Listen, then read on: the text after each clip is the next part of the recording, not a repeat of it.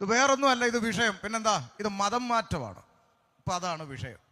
ഇപ്പം എല്ലായിടത്തും ചർച്ച ചെയ്താണ് മതം മാറ്റം. ഇത് ഈ അമേരിക്കൻ പണം കിട്ടാൻ വേണ്ടി പോകുന്നതെന്ന് പറയും. ഒരു പന്തൽ നിറയെ അമേരിക്കക്കാരുടെ ഇരിപ്പ് കണ്ടോ? സ്വത്രം പറഞ്ഞാട്ട് സന്തോഷത്തോടൊന്നും ദൈവത്തെ സ്തുതിച്ചാട്ട്. കിടക്കാനൊരു പായില്ലെങ്കിലും കേൾക്കാനൊരു സുഖമൊക്കെ അല്ലേ അങ്ങനെ? ഇരിക്കട്ടെ. ഇപ്പോഴും സ്വന്തമായിട്ടൊരു കിടക്കാടോ ഇല്ലാത്തത് ഇതിൻ്റെ അകത്തുണ്ട്. കഴിഞ്ഞ ദിവസം ഒരു സഹോദരി വിളിച്ച് പറഞ്ഞത്, പാസ്റ്റേ, ന്യായമായി കിട്ടേണ്ടുന്ന ആനുകൂല്യത്തിന് വേണ്ടി വില്ലേജ് ഓഫീസിൽ ചെന്നപ്പോൾ ആഫീസർ ചേട്ടൻ പറഞ്ഞു കമ്മലും മാല ഇട്ടുകൊണ്ട് വന്നാൽ ആനുകൂല്യം തരാമെന്ന്. ആ സഹോദരി പറഞ്ഞു അങ്ങനെ കിട്ടുന്ന ആനുകൂല്യം വേണ്ട സാറേ എന്ന് പറഞ്ഞേച്ച് ദൈവത്തെ ആരാധിക്കുന്നവർ ഇതിൻ്റെ അകത്തുണ്ട്. അപ്പോൾ അമേരിക്കൻ പണം കിട്ടാൻ വേണ്ടി കൊട്ടാനിറങ്ങിയതല്ല പ്രിയപ്പെട്ടവരെ. ഇനി ഒന്നുകൂടെ പറയാം.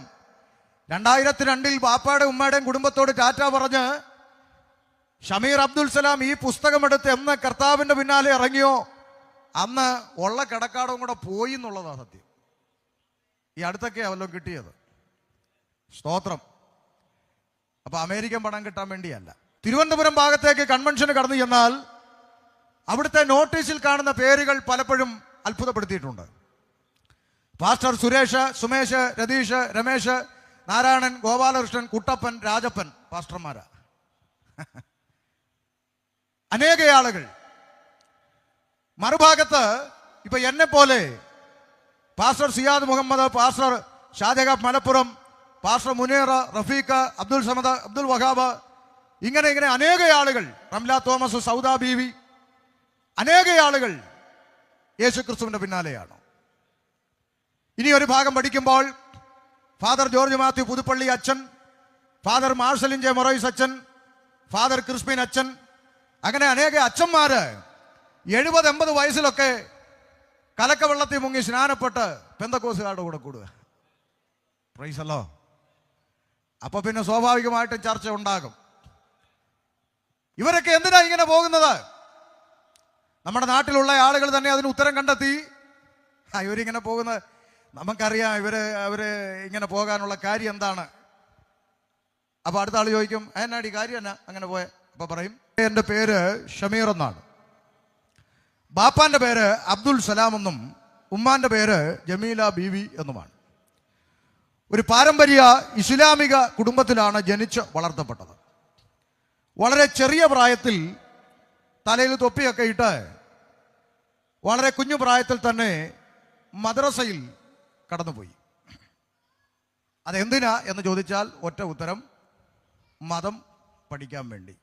വാക്കുകൾ ഓർമ്മയിലിരിക്കണം, മതം പഠിക്കാൻ വേണ്ടി. 7 വർഷക്കാലം സാധാരണ നിയമിക്കപ്പെട്ട പഠനം കഴിഞ്ഞു. ഇസ്ലാമിക ചിട്ടകളും നമസ്കാരങ്ങളും നോമ്പും അതിൻ്റെ ചിട്ടകളുമൊക്കെ അനുസരിച്ച് മുന്നോട്ട് പോയിക്കൊണ്ടിരുന്ന ജീവിത പശ്ചാത്തലത്തിൻ്റെ നടുവിൽ നിന്നും ഇന്നേക്ക് 23 വർഷങ്ങൾക്കപ്പുറത്ത്, ഒന്നുകൂടി പറഞ്ഞാൽ 2/8/2002 ജീവനുള്ള ഒരു ദൈവത്തെ അറിയുവാൻ ദൈവം ഭാഗ്യം തന്നു.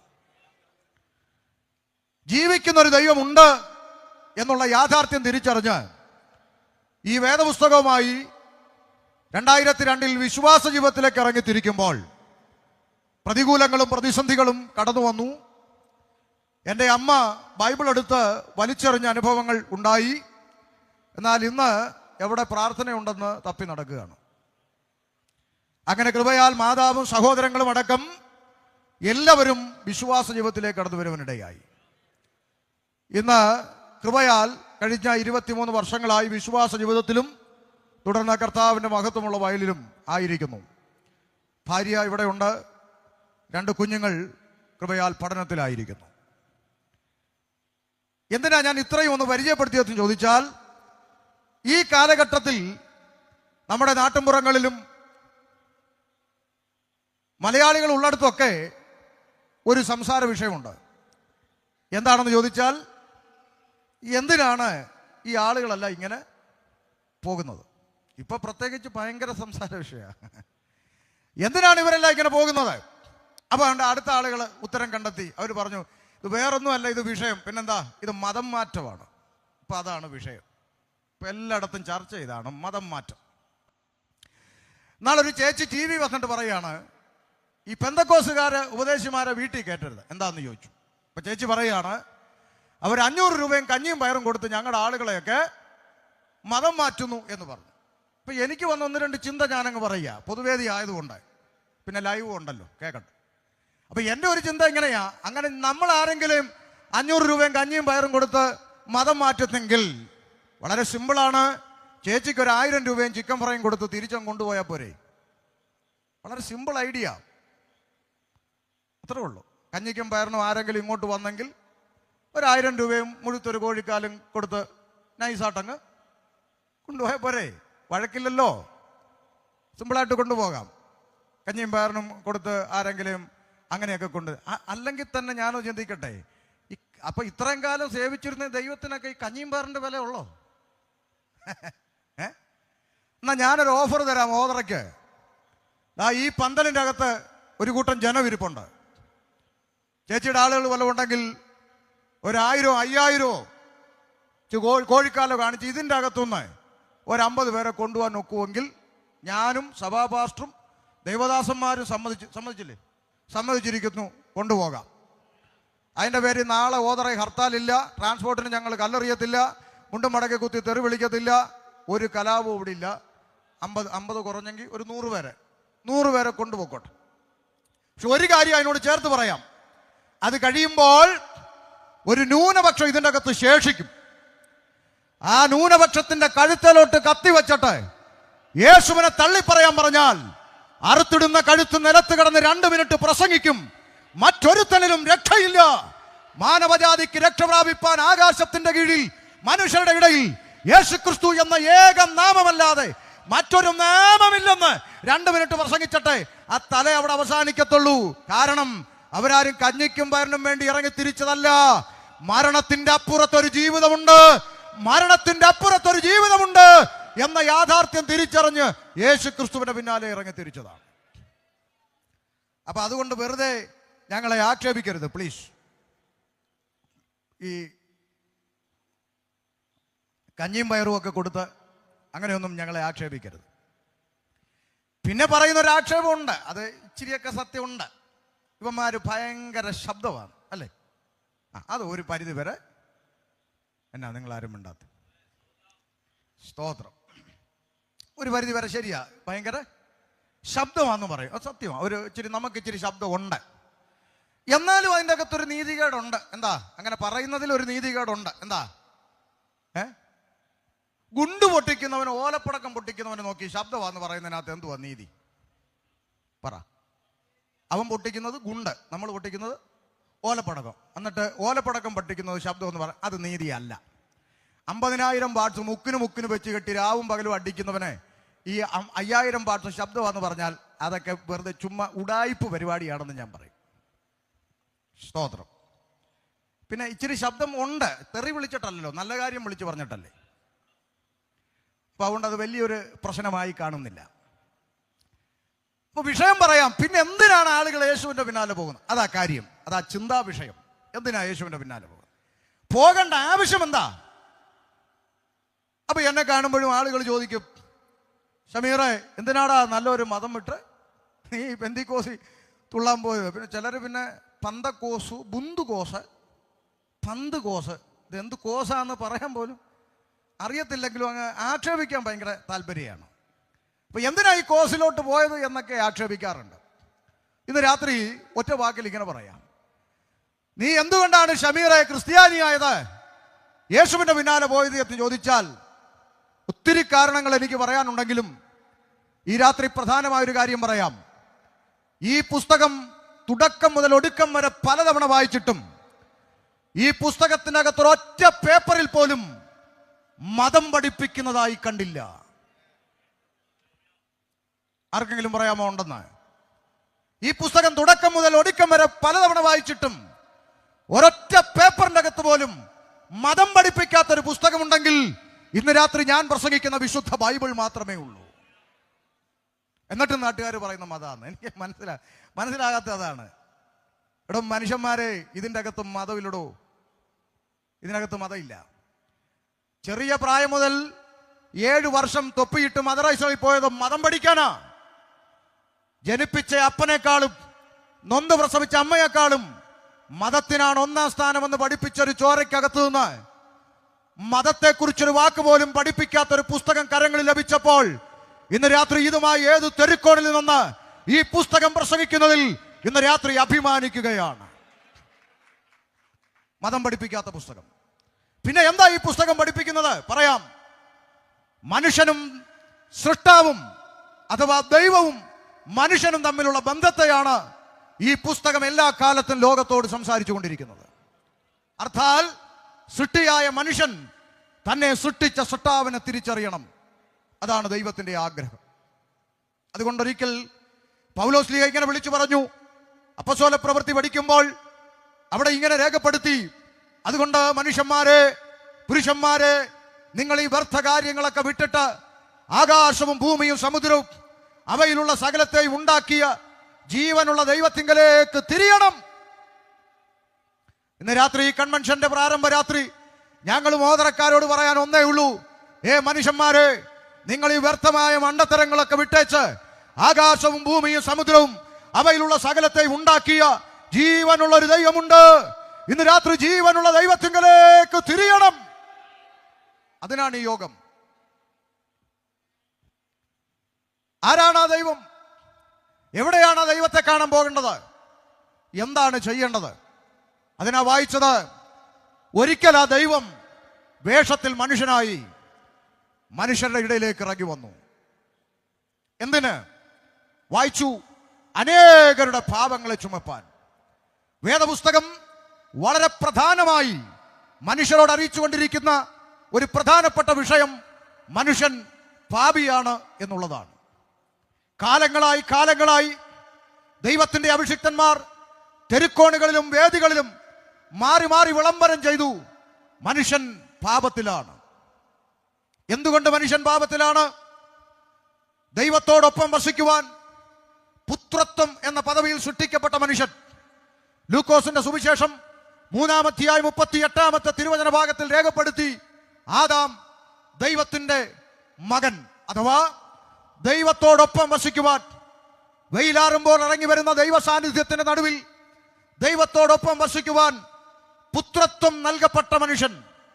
എന്നാൽ ദൈവത്തിന്റെ വാക്കിനെ മറുതലിച്ചുകൊണ്ട് ഇരുട്ടിന്റെ ആത്മാവിന് ചെവി കൊടുത്തുകൊണ്ട് അനുസരണക്കേട് കാണിച്ച മനുഷ്യൻ നിമിത്തം ദൈവത്തോടൊപ്പം വസിക്കുവാനുള്ള പദവി മനുഷ്യന് നഷ്ടപ്പെടുകയാണ്. അവനെ ഏദൻ തോട്ടത്തിൽ നിന്ന് അവനെ എടുത്ത നിലത്തേക്ക് അവനെ പുറത്താക്കിയെന്നാണ് വാക്യം.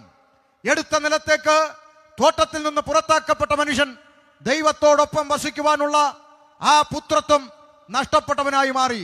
ഒരൊറ്റ വാക്കിൽ ഞാൻ ഇങ്ങനെ പറയാം, ശ്രദ്ധിച്ചു കേട്ടോ.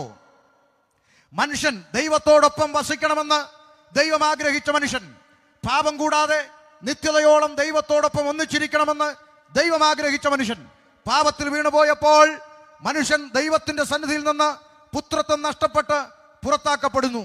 ഒന്ന് ശ്രദ്ധിച്ചേ, ഈ നഷ്ടപ്പെട്ടു പോയ പുത്രത്വം മനുഷ്യന് തിരികെ കൊടുത്തിട്ട് തിരിച്ചവനെ ആ പുറത്താക്കിയ ഇടത്തേക്ക് തിരിച്ചെത്തിക്കുക എന്നുള്ള ദൈവിക പദ്ധതിയാണ് ലോകത്തിൽ നടന്നുകൊണ്ടിരിക്കുന്നത്. തിയോളജി ഒന്നും പറഞ്ഞാൽ തല കയറാത്തതുകൊണ്ട് വളരെ സിമ്പിളായി പറയുക. പുറത്താക്കപ്പെട്ട മനുഷ്യൻ 70-80 വയസ്സ് ഈ ഭൂതലത്തിൽ ജീവിക്കുന്ന ആയുസ്സിനിടയ്ക്ക് നഷ്ടപ്പെട്ടു പോയ പുത്രത്വം തിരികെ പ്രാപിച്ചിട്ട് ഈ കൂടാരമാകുന്ന ശരീരം ഉപേക്ഷിച്ചിട്ട് തിരിച്ച് ആ പരദീസയിലേക്ക് ചെല്ലുമ്പോൾ അവിടെ അന്ന് തടഞ്ഞ ജീവവൃക്ഷത്തിന്റെ ഫലം പുത്രത്വം പ്രാപിച്ച് തിരിച്ചു ചെല്ലുമ്പോൾ തിന്മാൻ കൊടുക്കും എന്ന് എഴുതി വച്ചിരിക്കുന്നു. മനോഹരമായൊരു റൊട്ടേഷൻ. മനസ്സിലാകുന്നുണ്ടോ? ഈ പുത്രത്തെ എങ്ങനെ തിരിച്ചു കിട്ടും പാസ്റ്ററെ? വളരെ സിമ്പിൾ അല്ലേ? അതിനാ വേദപുസ്തകം എഴുതി വച്ചിരിക്കുന്നത്, യേശുക്രിസ്തുവിനെ കൈക്കൊണ്ട് യേശുക്രിസ്തുവിന്റെ നാമത്തിൽ വിശ്വസിക്കുന്ന ചാക്കോച്ചനെന്നല്ല, തോമാച്ചനെന്നല്ല, ഏക്കപ്പച്ചാനെന്നല്ല, പിന്നെന്താ, യേശുക്രിസ്തുവിൽ വിശ്വസിച്ച് അവന്റെ നാമത്തിൽ വിശ്വസിക്കുന്ന ഏവനും ദൈവത്തിന്റെ മക്കളായി തീരുവാൻ ദൈവാധികാരം കൊടുത്തു. നഷ്ടപ്പെട്ടു പോയ പുത്രത്വം തിരികെ പ്രാപിപ്പാൻ ഒരൊറ്റ മാർഗമേ ഉള്ളൂ. യേശുക്രിസ്തു എന്ന മഹാദൈവത്തെ രക്ഷകനും കർത്താവുമായി ഹൃദയത്തിൽ ഏറ്റുവാങ്ങുന്ന ഏവർക്കും ആ പുത്രത്വം ലഭിക്കും എന്ന് തിരുവചനം വിളംബരം ചെയ്യുന്നു. ആ പുത്രത്വം 20 വയസ്സിൽ തിരിച്ചു പിടിച്ചവരിൻ്റെ അകത്തുണ്ട്, 30 വയസ്സിൽ തിരിച്ചു പിടിച്ചവരുണ്ട്, 50 വയസ്സിൽ തിരിച്ചു പിടിച്ചവരുണ്ട്, 80 ആയിട്ടും തിരിച്ചു പിടിക്കാത്തവരിൻ്റെ അകത്തുണ്ട്. എല്ലാ കൺവെൻഷനും വന്നിരുന്ന് വയറ് നിറയെ കേൾക്കും, രക്ഷിക്കപ്പെടും. നടക്കുകയല്ല. ഇരുന്നോ, ഈ ആയുസ് തീർന്ന് ഇവിടുന്ന് ടാറ്റ പറഞ്ഞു പോകുമ്പോൾ എങ്ങോട്ട് എന്നൊരു ചോദ്യം ഭരിച്ചുകൊണ്ട് വേണം ഇന്ന് രാത്രി ഈ കൺവെൻഷൻ കഴിഞ്ഞ് ഇവിടുന്ന് പോകാൻ. അപ്പോ പുത്രത്വം നഷ്ടപ്പെട്ട് പാപത്തിൽ വീണുപോയ മനുഷ്യൻ, വേദപുസ്തകം തെളിവായി പറയുന്നു, ഏകനാൽ പാപവും പാപത്താൽ മരണവും ലോകത്തിൽ പ്രവേശിച്ചു. ഒന്നുകൂടി ലളിതമായി പറഞ്ഞാൽ, ആദാമ്യ പാപത്താൽ സകല മനുഷ്യരും പാപികളായി. ഇവിടെ ചില ചോദ്യങ്ങൾ മുന്നോട്ട് വരാൻ സാധ്യതയുണ്ട്. കാരണം നമ്മൾ ജീവിച്ച കാലത്തല്ല ഇപ്പോഴത്തെ കമ്പ്യൂട്ടർ പിള്ളേർ. അവർ മിടുക്കന്മാരാ. കമ്പ്യൂട്ടർ പിള്ളേർ പല ചോദ്യങ്ങൾ അവരുടെ മനസ്സിലേക്ക് ഓടി വരും. ഒന്ന്, മനുഷ്യൻ കുടിലിൽ നിന്ന് കൊട്ടാരത്തിലെത്തി, ആകാശമാർഗം പറക്കാൻ തുടങ്ങി, ചൊവ്വായിലും വ്യാഴത്തിലും വീട് വെക്കാൻ പറ്റുമെന്ന് ഇവിടെ പഠനം നടന്നുകൊണ്ടിരിക്കുന്നു. ചന്ദ്രനിൽ കാലുകുത്തി, ബഹിരാകാശത്ത് താമസമായി, ദിവസങ്ങളോളം താമസിച്ചു. കൽക്കരിയുടെ ട്രെയിനൊക്കെ മാറി, ഉപദേശി വന്ദേ ഭാരതൊക്കെ ആയി. കാലം ഇങ്ങനെല്ലാം മാറിയിട്ടും ഉപദേശിമാർ ഇപ്പോഴും ഒരു മാറ്റമില്ല. ഇവന്മാർ ഇപ്പോഴും പറഞ്ഞുകൊണ്ട് കിടക്കുന്ന മനുഷ്യൻ ഭാവിയാണെന്ന് എങ്ങനെ ചോദിക്കാതിരിക്കും പിള്ളേർ? പിള്ളേർ ചോദിക്കുക, കാലം മാറി, ഒന്ന് അപ്ഡേറ്റ് ആകും ഉപദേശി എന്ന് പറഞ്ഞു. അപ്ഡേറ്റ് ആക്, മാറ്റിപ്പിടി, ഭാവിയാണെന്ന് പറയാതെ എന്നാ പറയുന്നത്. എൻ്റെ കുഞ്ഞുങ്ങളെ, തിരിച്ചൊരു ചോദ്യം ഞാനും ഒന്ന് ചോദിക്കട്ടെടാ. കുടിലിൽ നിന്ന് കൊട്ടാരത്തിലെത്തി, സമ്മതിച്ചു. ആകാശമാർഗം പറക്കാൻ തുടങ്ങി, സമ്മതിച്ചു. ചൊവ്വായിലും വ്യാഴത്തിലും ഒക്കെ വീട് വെക്കാൻ പോകുന്നെന്ന് സമ്മതിച്ചു. ചന്ദ്രനിലൊക്കെ കാലുകുത്തി, ബഹിരാകാശത്ത് താമസമായി, സമ്മതിച്ചടാ മക്കളെ.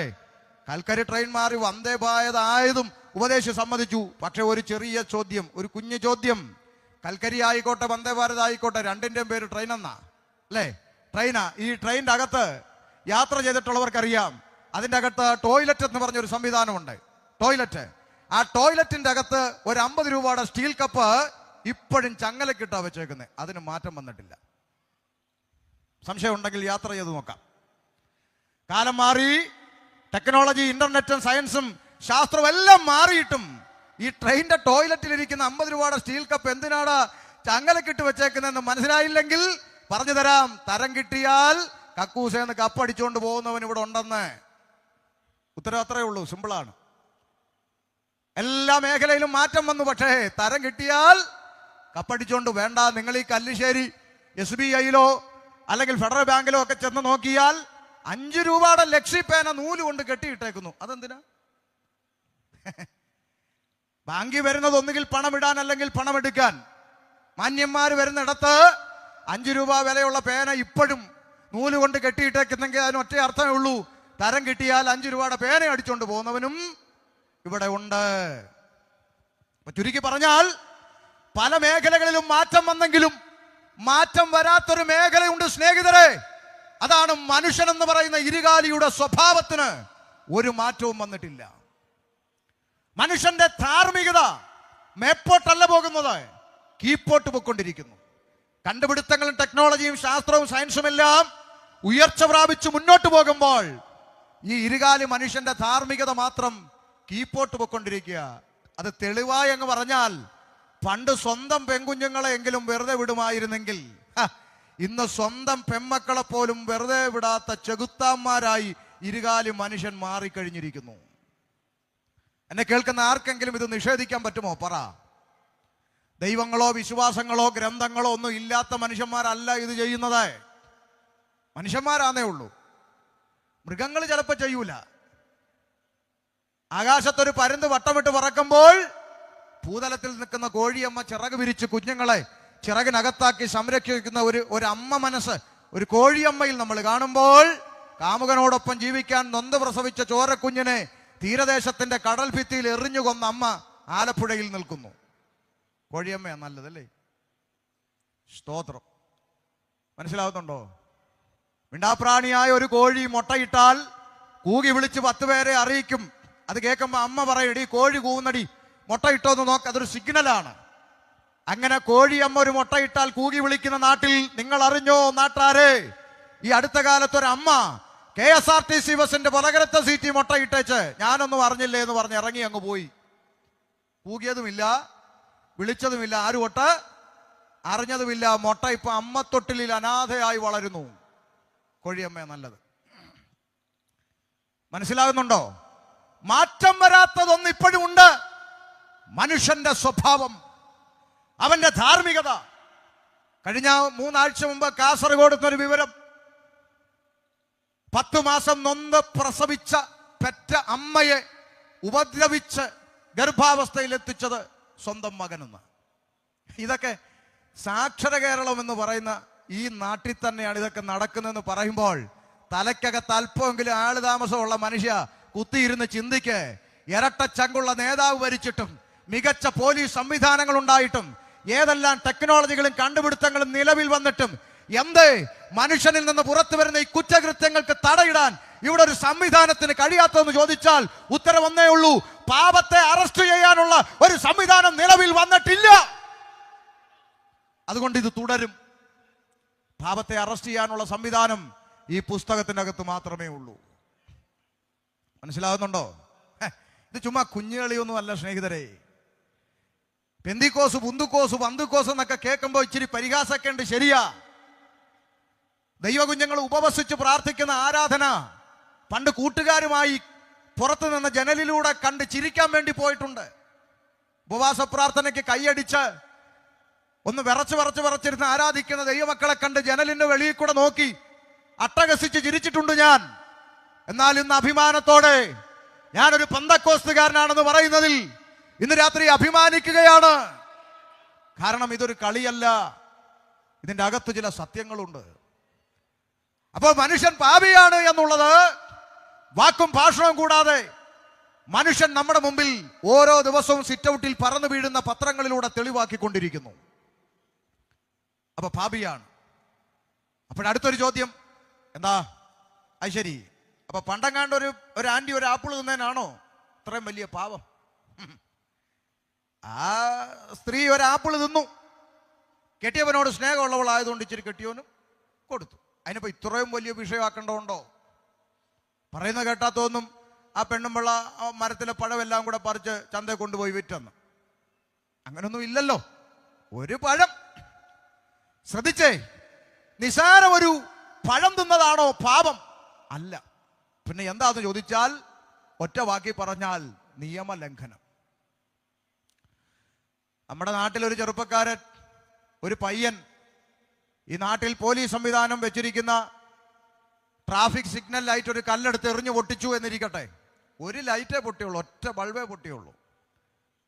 പോലീസുകാരെല്ലാം കൂടെ വന്ന് ഇവനെ പിടിച്ച് കൊണ്ടുപോകുമ്പോൾ കണ്ടോണ്ട് നിൽക്കുന്ന ചേട്ടൻ പറയാ, ഓ പോട്ടെ സാറേ, ഒരു ബൾബല്ലേ, ഞാനൊരു 5 എണ്ണം അങ്ങ് മേടിച്ചു തരാം, കൊച്ചിനെ വിടാൻ പറഞ്ഞാൽ വിടുവോ? ഒന്നല്ല 9 എണ്ണം മേടിച്ചു കൊടുത്താലും കൊണ്ടുപോയി ഭരണഘടന എഴുതിയിരിക്കുന്ന നടപടിക്രമം അനുസരിച്ച് ജാമ്യം എടുത്ത് പുറത്തു വരുന്നതാണ് ഈ ലോകത്തിലെ നിയമമെങ്കിൽ ഒരു പഴം തിന്നതല്ല പാപം. ദൈവം മനുഷ്യരോട് ചെയ്യരുത് എന്ന് പറഞ്ഞ നിയമം ലംഘിച്ചു. ആ നിയമലംഘനമാണ് പാപമെന്ന് വേദപുസ്തകം പറയുന്നത്. അതുകൊണ്ടാണ് ഞങ്ങൾ എന്ത് പറഞ്ഞാൽ ഈ പുസ്തകം എടുത്ത് നോക്കാൻ പറയുന്നത്. നാളൊരു പള്ളിയിലച്ഛൻ, പുള്ളിക്ക് പെന്തക്കോസുകാരെ അത്ര ഇഷ്ടമല്ലാത്തൊരു മനുഷ്യനാണ്. സാരമില്ല, ഇഷ്ടപ്പെടുമെന്നല്ലോ, ഇഷ്ടപ്പെടത്തില്ലെന്നല്ലേ ബൈബിൾ പറഞ്ഞേക്കുന്നത്? അങ്ങനല്ലേ അച്ഛാ? നിങ്ങൾ ലോകക്കാരായിരുന്നെങ്കിൽ,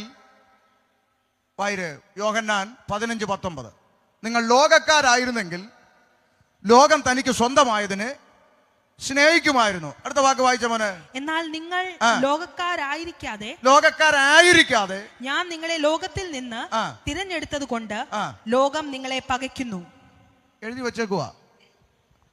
കർത്താവായ യേശു ക്രിസ്തുവിന്റെ തിരഞ്ഞെടുപ്പ് ലിസ്റ്റിൽ, ഇവിടെ ഇപ്പൊ ഇലക്ഷൻ വരുമ്പം രാഷ്ട്രീയക്കാർ കയറി വരുമല്ലോ, എന്തിനാ തിരഞ്ഞെടുപ്പ് ലിസ്റ്റ് പേരുണ്ടോന്നൊക്കെ ഉറപ്പുവരുത്താൻ വരുമല്ലോ. ഇതുപോലെ യേശു കർത്താവിന്റെ തെരഞ്ഞെടുപ്പ് ലിസ്റ്റിൽ ഷമീറിന്റെ പേരുണ്ട്, ജോസിന്റെ പേരുണ്ട്, തോമസിന്റെ പേരുണ്ട്, സുരേഷിന്റെ പേരുണ്ട് എന്നതിന് എന്താണോ തെളിവെന്ന് ചോദിച്ചാൽ ഒരു തെളിവ് ഇവിടെ എഴുതി വെച്ചിരിക്കുന്നു: ലോകം നിങ്ങളെ പകയ്ക്കണം. അതാ തെളിവ്. പക്ഷെ നമുക്കിപ്പം അത് പോരാ. ഇപ്പം നമ്മളെ സ്നേഹിക്കണമെന്ന് നമ്മളങ്ങ് വാശി പിടിക്കുക. പകച്ചാൽ നമ്മൾ കൊടി പിടിക്കും, സെക്രട്ടേറിയറ്റിൽ പോയി മുദ്രാവാക്യം വിളിക്കും. പകയ്ക്കരുത്. നമ്മളെ ഇപ്പം സ്നേഹിക്കണമെന്നും പറഞ്ഞാൽ നമ്മൾ നടക്കുന്നത്. മുദ്രാവാക്യം പണ്ടൊക്കെ ഞാൻ എത്രയോ സ്റ്റേജ് വിളിച്ച് പറയുമായിരുന്നു, ഭൂമി കൊട്ടേഷൻ സംഘം ഇല്ലാത്തൊരു ദൈവം ഉണ്ടെങ്കിൽ ആരാ? യേശുക്രിസ്തുവാ, അല്ലേ ചാ? ആർക്കും എന്തും പറയാം. കർത്താവിൻ്റെ മുഖത്ത് നോക്കി, തച്ചൻ്റെ മോനല്ലേ തനിക്കാരോട് ഞങ്ങൾ ഉപദേശിക്കാൻ അധികാരം തന്നെന്ന് കർത്താവിൻ്റെ മുഖത്ത് നോക്കി ചോദിച്ചിട്ട് കർത്താവ് 12 ശിഷ്യന്മാരെ കൊണ്ട് കൊടി പിടിക്കാനൊന്നും എന്നെ ആരനക്കൊന്നുമില്ലല്ലോ. ഉള്ളത് പറയുമ്പോൾ അനക്കം വരികയില്ല. സ്തോത്രം. പത്രോസ് തടവിലായി. സഭ ശ്രദ്ധയോടെ പ്രാർത്ഥിച്ചുകൊണ്ടിരുന്നതാണ് ഞാൻ വായിച്ചത്. സഭയെല്ലാം കൂടെ മുദ്രാവാക്യം വിളിച്ച് ധർണ നടത്തിയെന്നൊന്നും ഞാൻ. സുവിശേഷ നിമിത്തം ജയിലിലാവും, ചിലപ്പോൾ ചാകും. അതിന് മനസ്സുള്ളവൻ പുസ്തകം എടുത്താൽ മതി. ഇതിൻ്റെ പിറകിൽ കിടക്കുന്ന ചരിത്രം രക്തസാക്ഷികളുടെ ചരിത്രമാണ്. അതിന് ഇച്ചിരി പേടിയുള്ളവനൊന്നും ഇതെടുത്തോണ്ട് ഇറങ്ങരുത്. ചാകട്ടെന്ന് പൗലോസ് പറഞ്ഞ എന്താ? കൂടാരമാകുന്നത് ഇതെങ്ങനെയെങ്കിലും ഇവിടെ പൊളിയണം. കൈപ്പണിയല്ലാത്തൊരു ഭവനം ഒരുക്കപ്പെടുന്നുണ്ട്. വിട്ടുപിരിഞ്ഞ് ക്രിസ്തുവിനോട് കൂടെ ഇരിപ്പാൻ അത്യന്തം കാക്ഷിക്കുന്നു. അഗബോസ് എന്ന് പറയുന്ന ഒരു പ്രവാചകൻ ആത്മാവിൽ എഴുന്നേറ്റ് പൗലോസ് ലീഗാട് പറഞ്ഞു, യെരുശലേമിൽ നിന്നെ കൈകാലുകൾ ബന്ധിച്ച് കൊണ്ടുപോകുന്ന ഒരു രംഗം പരിശുദ്ധാത്മാവ് എന്നെ കാണിക്കുന്നു എന്ന് പറഞ്ഞു. നമ്മളെങ്ങാണമാണെങ്കിൽ പറഞ്ഞേനെ, അങ്ങനെ ആണെങ്കിൽ എന്നെ അങ്ങനെ വല്ലതും ചെയ്തെന്ന് വല്ലതും അറിയിപ്പ് കിട്ടിയാൽ നിങ്ങൾ ഉടനെ എന്ത് ചെയ്തേക്കണം? ഉടനെ ചാനലുകളെയൊക്കെ അറിയിച്ചു നിങ്ങൾ അവിടെ എത്തി വേണ്ടുന്ന കാര്യങ്ങളൊക്കെ ചെയ്തേക്കണമെന്നൊക്കെ നമ്മൾ പറഞ്ഞേനെ. പക്ഷേ പൗലോസ് പറയുകയാണേ, അയ്യോ അതൊന്നും പറഞ്ഞ് എന്നെ വിഷമിപ്പിക്കാതെന്നല്ല പറഞ്ഞേ. വചനം വായിച്ചിട്ടുള്ളവർക്കറിയാം. അയ്യോ അങ്ങനൊന്നും പറഞ്ഞ് എന്നെ പേടിപ്പിക്കാതെന്നല്ല പൗലോസ് പറഞ്ഞേ. നിങ്ങൾ കരഞ്ഞ് എൻ്റെ ഹൃദയം വേദനിപ്പിക്കാതെന്ന്. ഇവരങ്ങ് കരയുക, അയ്യോ പൗലോസ് പാസ്റ്ററെ ഇങ്ങനെ ഉപദ്രവിക്കും. നിങ്ങൾ കരഞ്ഞ് എൻ്റെ മനസ്സ് വിഷമിപ്പിക്കാതെന്ന്. എന്നിട്ട് അടുത്ത വാക്ക് പറഞ്ഞെന്താണെന്നറിയാമോ? കർത്താവായ യേശു ക്രിസ്തുവിന് വേണ്ടി ബന്ധിക്കപ്പെടാൻ മാത്രമല്ല, അവന് വേണ്ടി മരിക്കാൻ തയ്യാറായിട്ടാണ് ഞാൻ പോകുന്നത്. ഇതാ ഞാൻ പഠിച്ച പുസ്തകത്തിൽ ഇങ്ങനെ കേട്ടോ. പിണങ്ങല്ലേ കാര്യം. ഈ ഡിഗ്രി ഉള്ളവൻ എന്ത് വിഡിത്തം പറഞ്ഞാലും കൈയടിക്കും. വഴി പ്രസംഗിക്കുന്നവൻ സത്യം വിളിച്ച് പറഞ്ഞാൽ ദേഷ്യപ്പെടും. അതാ ഇപ്പം നമ്മുടെ അവസ്ഥ. ഞാനുള്ള കാര്യം പറയാം. ദൈവ കുഞ്ഞുങ്ങളെ ഈ ലോകം ഒരിക്കലും അംഗീകരിക്കത്തില്ല.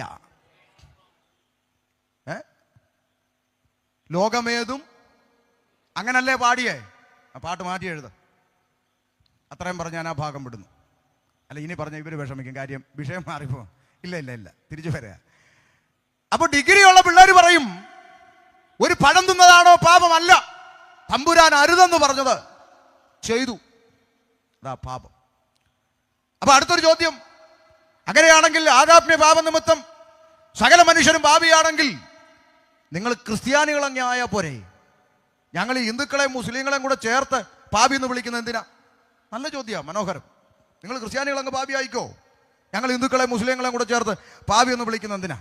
ഇനി അതും പോട്ടെ, ആദമും ഹവ്വയും പാപം ചെയ്തെങ്കിൽ അതിൻ്റെ പേര് ഒരു തെറ്റും ചെയ്യാത്ത ബാക്കിയുള്ള മനുഷ്യരൊക്കെ പാപിയാണെന്ന് പഠിപ്പിക്കുന്നത് ഇതൊക്കെ യുക്തിക്ക് നിരക്കുന്നതാണോ എന്ന് വീണ്ടും ചോദ്യം വരും. നമുക്ക് നിരപ്പിക്കാം എങ്ങനെയാ പുസ്തകം പഠിപ്പിക്കുന്നതെന്ന്. ഒന്ന് വായിച്ചു കൊടുത്തേ. അപ്പോസ്തല പ്രവൃത്തി 17:26. എന്താണ് മനുഷ്യൻ അടുത്ത തലമുറയിലേക്ക് പാപം പ്രവേശിക്കാനുള്ള കാരണമെന്ന് വേഗത്തിലൊന്ന് വായിച്ചാട്ടെ. ഭൂതലത്തിലെങ്ങും കുടിയിരുപ്പാൻ അവൻ ഒരുത്തനിൽ നിന്ന് മനുഷ്യജാതിയൊക്കെയും ഉളവാക്കി. നിൽക്കട്ടെ, ഒന്നുകൂടി വായിക്കണം. വായിക്കുമ്പോൾ ഇങ്ങനെ വായിക്കണം. അവിടെ അവൻ എന്നൊരു പ്രയോഗമുണ്ട് ഇല്ലേ? അവിടെ ദൈവം എന്ന് വായിക്കണം. ഒരുത്തൻ എന്ന് സൂചിപ്പിക്കുന്നത് ആദമിനെയാണ്. അപ്പൊ അവിടെ ആദം എന്ന് വായിക്കണം. അങ്ങനെ ഒന്ന് വായിച്ചേ. ഭൂതലത്തിലെങ്ങും കുടിയിരുപ്പാൻ ദൈവം ആദാമിൽ നിന്ന് മനുഷ്യജാതിയൊക്കെയും ഉളവാക്കി. കാത് തുറന്ന് കേട്ടോ ഒന്നുകൂടെ. ഭൂതലത്തിലെങ്ങും കുടിയിരുപ്പാൻ ദൈവം ആദാമിൽ നിന്ന് മനുഷ്യജാതിയൊക്കെയും ഉളവാക്കി. കേട്ടോ, കാത് തുറന്ന് കേട്ടോ വാതറക്കാരെ. ഈ പുസ്തകം പഠിപ്പിക്കുന്നത് ഇങ്ങനെ: ഭൂതലത്തിലെങ്ങും കുടിയിരുപ്പാൻ ദൈവം ആദം എന്ന് പറയുന്ന ഒരുത്തനിൽ നിന്ന് ഹിന്ദുവിനെ സൃഷ്ടിച്ചെന്നല്ല, ക്രിസ്ത്യാനിയെ സൃഷ്ടിച്ചെന്നല്ല, മുസൽമാനെ സൃഷ്ടിച്ചെന്നല്ല, പകരം മനുഷ്യജാതിയെ സൃഷ്ടിച്ചു. മനസ്സിലായോ? വല്ല തലേ കയറിയോ? പറഞ്ഞു തരാം. ഭൂതലത്തിലെങ്ങും കുടിയിരുപ്പാൻ ദൈവം. അപ്പൊ ദൈവം എന്ന് പറഞ്ഞാൽ ഏതെങ്കിലും ഒരു പഞ്ചായത്തിൽ ഒതുങ്ങുന്ന പുള്ളി അല്ലെന്ന്. ഇവിടെ കിട്ടിയോ? ദൈവത്തെ ഒരു പഞ്ചായത്തിൽ കൊണ്ടിരുത്തിയിട്ട് അവിടെ ഇരിയെന്ന് പറഞ്ഞാൽ ഇരിക്കുന്ന പുള്ളി അല്ല ദൈവം, ഈശ്വരൻ, പടച്ചവൻ, സൃഷ്ടാവ്. മനസ്സിലായോ?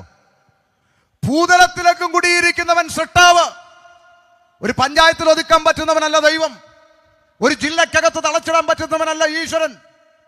ഒരു സ്റ്റേറ്റിന്റെ അകത്ത് ഒതുക്കാൻ പറ്റുന്നവനല്ല ദൈവം. പിന്നെയോ ഭൂതലത്തിലെങ്ങും കുടിയിരിക്കുന്നവൻ.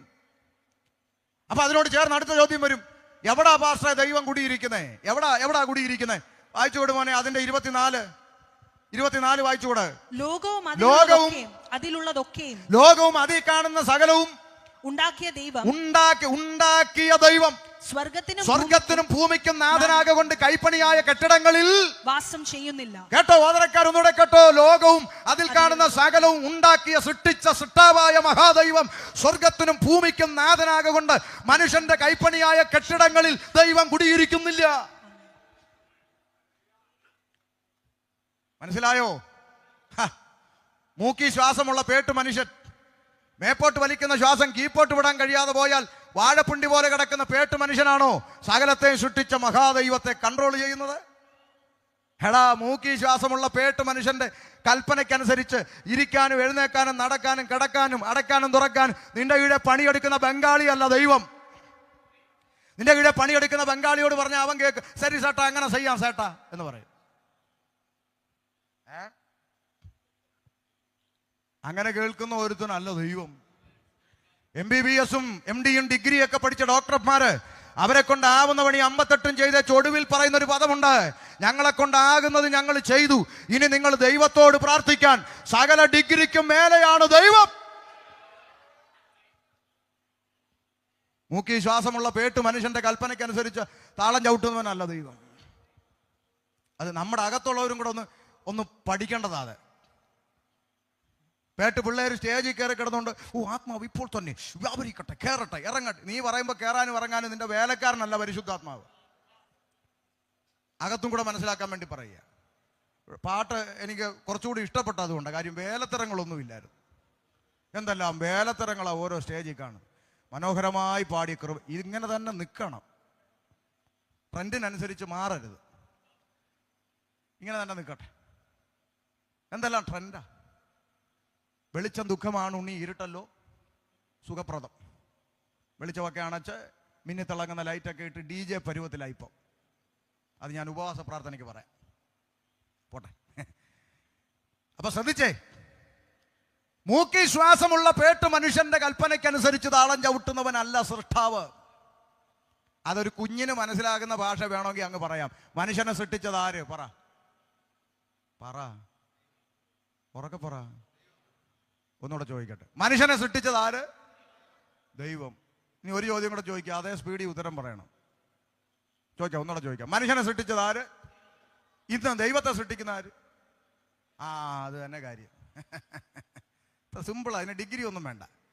മനുഷ്യനെ സൃഷ്ടിച്ചത് ദൈവം, ഇന്ന് ദൈവത്തെ സൃഷ്ടിക്കുന്നത് മനുഷ്യൻ. മൂക്കി ശ്വാസമുള്ള പേട്ട് മനുഷ്യനാണ്. എങ്ങനുണ്ട് ഈ മാറ്റം? എവിടുന്ന് വന്നു? പാപം അകത്ത് കയറിയപ്പം സൃഷ്ടാവിനെ സൃഷ്ടിക്കാൻ തുടങ്ങി. ഇത്രയേ ഉള്ളൂ, സിമ്പിളാ. ഇതൊന്നും പാപം അകത്തിരിക്കുമ്പോൾ മനസ്സിലാവത്തില്ല കേട്ടോ. പണ്ട് ഷമീർ കൂട്ടുകാരുമായി സന്ധ്യയ്ക്ക് കവലയിൽ ഒത്തുകൂടും. കൂട്ടുകാർ ഒത്തുകൂടിയാൽ ആദ്യത്തെ ഡയലോഗ് ഷെയർ ഇടളിയാ കുപ്പി എടുക്കാമെന്നാണ്. കൂട്ടുകാരുമായിട്ട് പിരിവിട്ട് കുപ്പിയെടുത്ത് വെള്ളമടിച്ച് ആളില്ലാത്ത വീട്ടിൻ്റെ ടെറസിൻ്റെ മേലെ കയറി പാട്ടും കൂത്തും ഗാനമേളയൊക്കെ നടത്തി അടുത്ത ദിവസത്തെ കുപ്പിക്ക് പൈസ ഇല്ലെങ്കിൽ പിന്നെ അന്ന് രാത്രി നാട്ടുകാരുടെ മരച്ചീനിയും തേങ്ങയും കരിക്കുമൊക്കെ ചാക്കിലാക്കി കൂട്ടുകാരുമായി ഉത്സവപ്പറമ്പിൽ അടിയുണ്ടാക്കി നടന്ന ഭൂതകാലം. അന്നൊക്കെ ആരെങ്കിലും വന്ന് യേശു ദൈവമാണെന്ന് പറഞ്ഞാൽ അവൻ്റെ ചെവിക്കലിനിട്ടൊന്ന് കൊടുക്കാൻ എനിക്ക് തോന്നിയിട്ടുണ്ട് പലവട്ടം. അതുകൊണ്ട് അങ്ങനെ ആർക്കെങ്കിലും തോന്നുന്നെങ്കിൽ വിഷമിക്കണ്ട, മാറും. ചിലപ്പോൾ ഇതൊക്കെ കേൾക്കുമ്പോൾ തോന്നും, മാറിക്കോളും. എനിക്ക് തോന്നിയിട്ടുണ്ടല്ലോ, അതുകൊണ്ട് കുറ്റമൊന്നുമല്ല, മാറും. എന്നാൽ അങ്ങനെ ജീവിച്ച പശ്ചാത്തലത്തിൽ നിന്ന് ജീവിക്കുന്ന ഒരു ദൈവമുണ്ടെന്ന് തിരിച്ചറിയുവാൻ ദൈവം കണ്ണു തുറന്നു.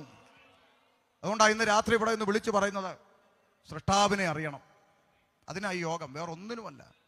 മനുഷ്യൻ സൃഷ്ടാവിനെ അറിയണം, നശിച്ചു പോകരുത്. കള്ളു കുടിച്ച് കഞ്ചാവ് അടിച്ച് പെറ്റതള്ളയ്ക്കും സഹോദരങ്ങൾക്കും കുടുംബത്തിനും ഒന്നും ഭാരമായി നശിച്ചു പോകരുത്. അതാ യോഗത്തിന്റെ ഉദ്ദേശം. സ്തോത്രം. അപ്പൊ പറഞ്ഞ വിഷയത്തിലോട്ട് തിരിച്ചു വരാം. അപ്പൊ ദൈവം മനുഷ്യനിർമ്മിതമായ കെട്ടിടങ്ങളിൽ വസിക്കുന്നില്ലെങ്കിൽ പിന്നെ എവിടെയാ ദൈവം വസിക്കുന്നത്? ഇന്ന് രാത്രി ഓതറക്കാരോട് പറയാം, വേദപുസ്തകം വിളിച്ചു പറയുന്നു, ദൈവം വസിക്കാൻ ആശിക്കുന്ന മന്ദിരം എൻ്റെ നിന്റെ ഹൃദയമാകുന്ന മന്ദിരമാണ്. ഇന്ന് രാത്രി തുറക്കപ്പെടേണ്ടത് നിന്റെ ഹൃദയമാണ്. നിന്റെ ഹൃദയത്തിന്റെ അകത്ത് വസിക്കുവാൻ ദൈവം ആശിക്കുന്നു. അതുകൊണ്ടാണ് പറഞ്ഞ ഭൂതലത്തിലേക്കും കുടിയിരുപ്പാൻ ഒരുത്തനിൽ നിന്ന് മനുഷ്യജാതി ഉണ്ടാകും. കാരണം ദൈവം വസിക്കുന്നത് മനുഷ്യന്റെ ഹൃദയത്തിൽ. ഇപ്പൊ ഭൂതലത്തിലെങ്ങും ദൈവം കുടിയിരിക്കണമെങ്കിൽ ഭൂതലത്തിലെങ്ങും ആര് വേണം? മനുഷ്യൻ വേണം. അതുകൊണ്ട് ഒരുത്തനിൽ നിന്ന് മനുഷ്യജാതിയെ സൃഷ്ടിച്ചു. എത്ര മനോഹരം എന്ന് പറഞ്ഞാൽ എന്താ പാസ്റ്ററെ എന്ന് പറഞ്ഞാൽ ഒന്നുകൂടി തെളിവായി പറഞ്ഞു തരാം. കാവി ഉടുത്തവനെയും തൊപ്പിയിട്ടവനെയും കൊന്തയിട്ടവനെയും ചരട് കെട്ടിയവനെയും കുടുമ കെട്ടിയവനെയും എല്ലാം ഒറ്റ രക്തത്തിൽ നിന്ന് സൃഷ്ടിച്ചു. ഇതാണ് ബൈബിളിന്റെ പ്രഖ്യാപനം.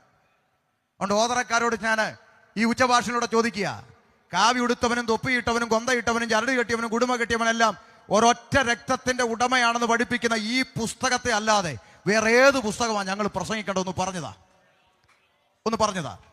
അപ്പുറത്ത് കിടക്കുന്ന ചരട് കെട്ടിയവനും ഇപ്പുറത്ത് കിടക്കുന്ന കാവി ഉടുത്തവനും നിന്റെ കൂടപ്പിറപ്പാണ്, നിന്റെ സഹോദരനാണെന്ന് പഠിപ്പിക്കുന്ന ഈ പുസ്തകമല്ലേ ശരിക്കും പ്രസംഗിക്കപ്പെടേണ്ടത്? ആമേൻ. ഒറ്റ രക്തം, ആദാമ്യ രക്തത്തിൽ നിന്ന് സകല മനുഷ്യജാതിയും സൃഷ്ടിച്ചു. ഇനി അതും തെളിയിക്കണോ? തെളിയിക്കാം. നാളെ രാവിലെ 4 ബോട്ടിലെടുക്കുക, 4 മൃഗങ്ങളുടെ രക്തം, ആട്, ആന, പോത്ത്, പശു എടുക്കുക, അടുത്ത ലാബിലേക്ക് കൊടുക്കുക. 10 മിനിറ്റ് മിടുക്കി പെമ്പിള്ളേർ സ്റ്റിക്കർ ഒട്ടിച്ച് തിരിച്ചു വരും. വേണ്ട, ഇത് ആട്, ആന, പോത്ത്, പശു കണ്ടുപിടിക്കാനുള്ള സംവിധാനമൊക്കെ ലാബിൽ നിന്നുണ്ട്. വീണ്ടും 4 ബോട്ടിലെടുക്കണം, മറക്കരുത്. ഒന്നിൽ അടുത്തുള്ള അമ്പലത്തിലെ പൂജാരിയുടെ രക്തം, മറ്റൊന്നിൽ ജമാഅത്ത് പള്ളിയിലെ മുസ്ലിയാരുടെ രക്തം, ഇനി ഒന്നിൽ കത്തോലിക്ക പള്ളിയിലെ അച്ഛന്റെ രക്തം, ഇനി ഒന്നിൽ ഞങ്ങളുടെ ഉപദേശിയുടെ രക്തം. അതേ ലാബിൽ കൊടുക്കുക. ഏതെങ്കിലും പിള്ളേർ സ്റ്റിക്കർ ഒട്ടിച്ച് തരും, അതെ മാറിപ്പോവല്ലേ, മൂല ഇരിക്കുന്നു മുസ്ലിയാർ, അപ്പുറത്തിരിക്കുന്നു പള്ളിയിൽ അച്ഛൻ, അപ്പുറത്തിരിക്കുന്നു. തരുവോ? ABCD ഗ്രൂപ്പൊക്കെ തിരിച്ചെന്നിരിക്കും, അതവിടെ നിൽക്കട്ടെ. പിള്ളേർ ഇറങ്ങി വന്നിട്ട് പറയും, മനുഷ്യന്റെ സമയം മെനക്കെടുത്തരുത്, ഇതെല്ലാം മനുഷ്യന്റെ രക്തമൊന്നും, മനുഷ്യന്റെ മണ്ടം മലയാളി, മനുഷ്യന്റെ രക്തമൊന്നും, ഒറ്റ രക്തം അല്ലേ? അതുകൊണ്ടല്ലേ ഇവിടെ രക്തം കൊടുക്കുമ്പോൾ ആർക്കും മസിലൊന്നും ഇല്ലല്ലോ. ഉണ്ടോ? കൊന്തയും കുരിശു വിട്ട് കഴുത്തി കൊന്തയും കുരിശു വിട്ട് ബൈക്ക് ഓടിച്ചു പോകുന്ന ചെറുക്കൻ ടിപ്പറിന്റെ അടിയിലോട്ട് ചെന്ന് കയറി തല പൊട്ടി മെഡിക്കൽ കോളേജിൽ കൊണ്ടു ചെന്നു. ഡോക്ടർ പറഞ്ഞു, ഇപ്പോൾ ഒരു കുപ്പി ബ്ലഡ് അടച്ചാൽ കൊച്ചിനെ രക്ഷിക്കാന്ന് പറഞ്ഞു. ക്രിസ്ത്യാനി ചെറുക്കന്റെ ക്രിസ്ത്യാനി അമ്മ ക്രിസ്ത്യാനി ദൈവത്തോട് ഐശുവിൽ നിന്ന് കരഞ്ഞു, എൻ്റെ കർത്താവ്, എൻ്റെ കുഞ്ഞിന് ആര് ബ്ലഡ് കൊടുക്കുമെന്ന് നിലവിളിച്ച കേട്ട് അടുത്ത ബെഡിൽ അമ്മയ്ക്ക് കൂട്ടിരിക്കാമെന്ന കാവി ഉടുത്ത RSSകാരൻ പറഞ്ഞു, അമ്മ കരയണ്ടമ്മ, ഞാൻ തരാം ബ്ലഡ്. വേണ്ട, നീ VIP ആന്ന് ഇന്ന് വരെ ഒരു തള്ള പറഞ്ഞിട്ടുണ്ടോ? പറ, ഉണ്ടോന്ന്? ഇല്ല. അമ്പലത്തിലെ പൂജാരിയുടെ കിഡ്നി അടിച്ചു പോയി. കിഡ്നിക്ക് മനോരമയെ പരസ്യം ചെയ്തു. പരസ്യം കണ്ടു വന്ന ജമാഅത്ത് പള്ളിയിലെ മുസ്ലിയാർ, പുള്ളിക്ക് പൈസയ്ക്ക് ആവശ്യമുണ്ട്.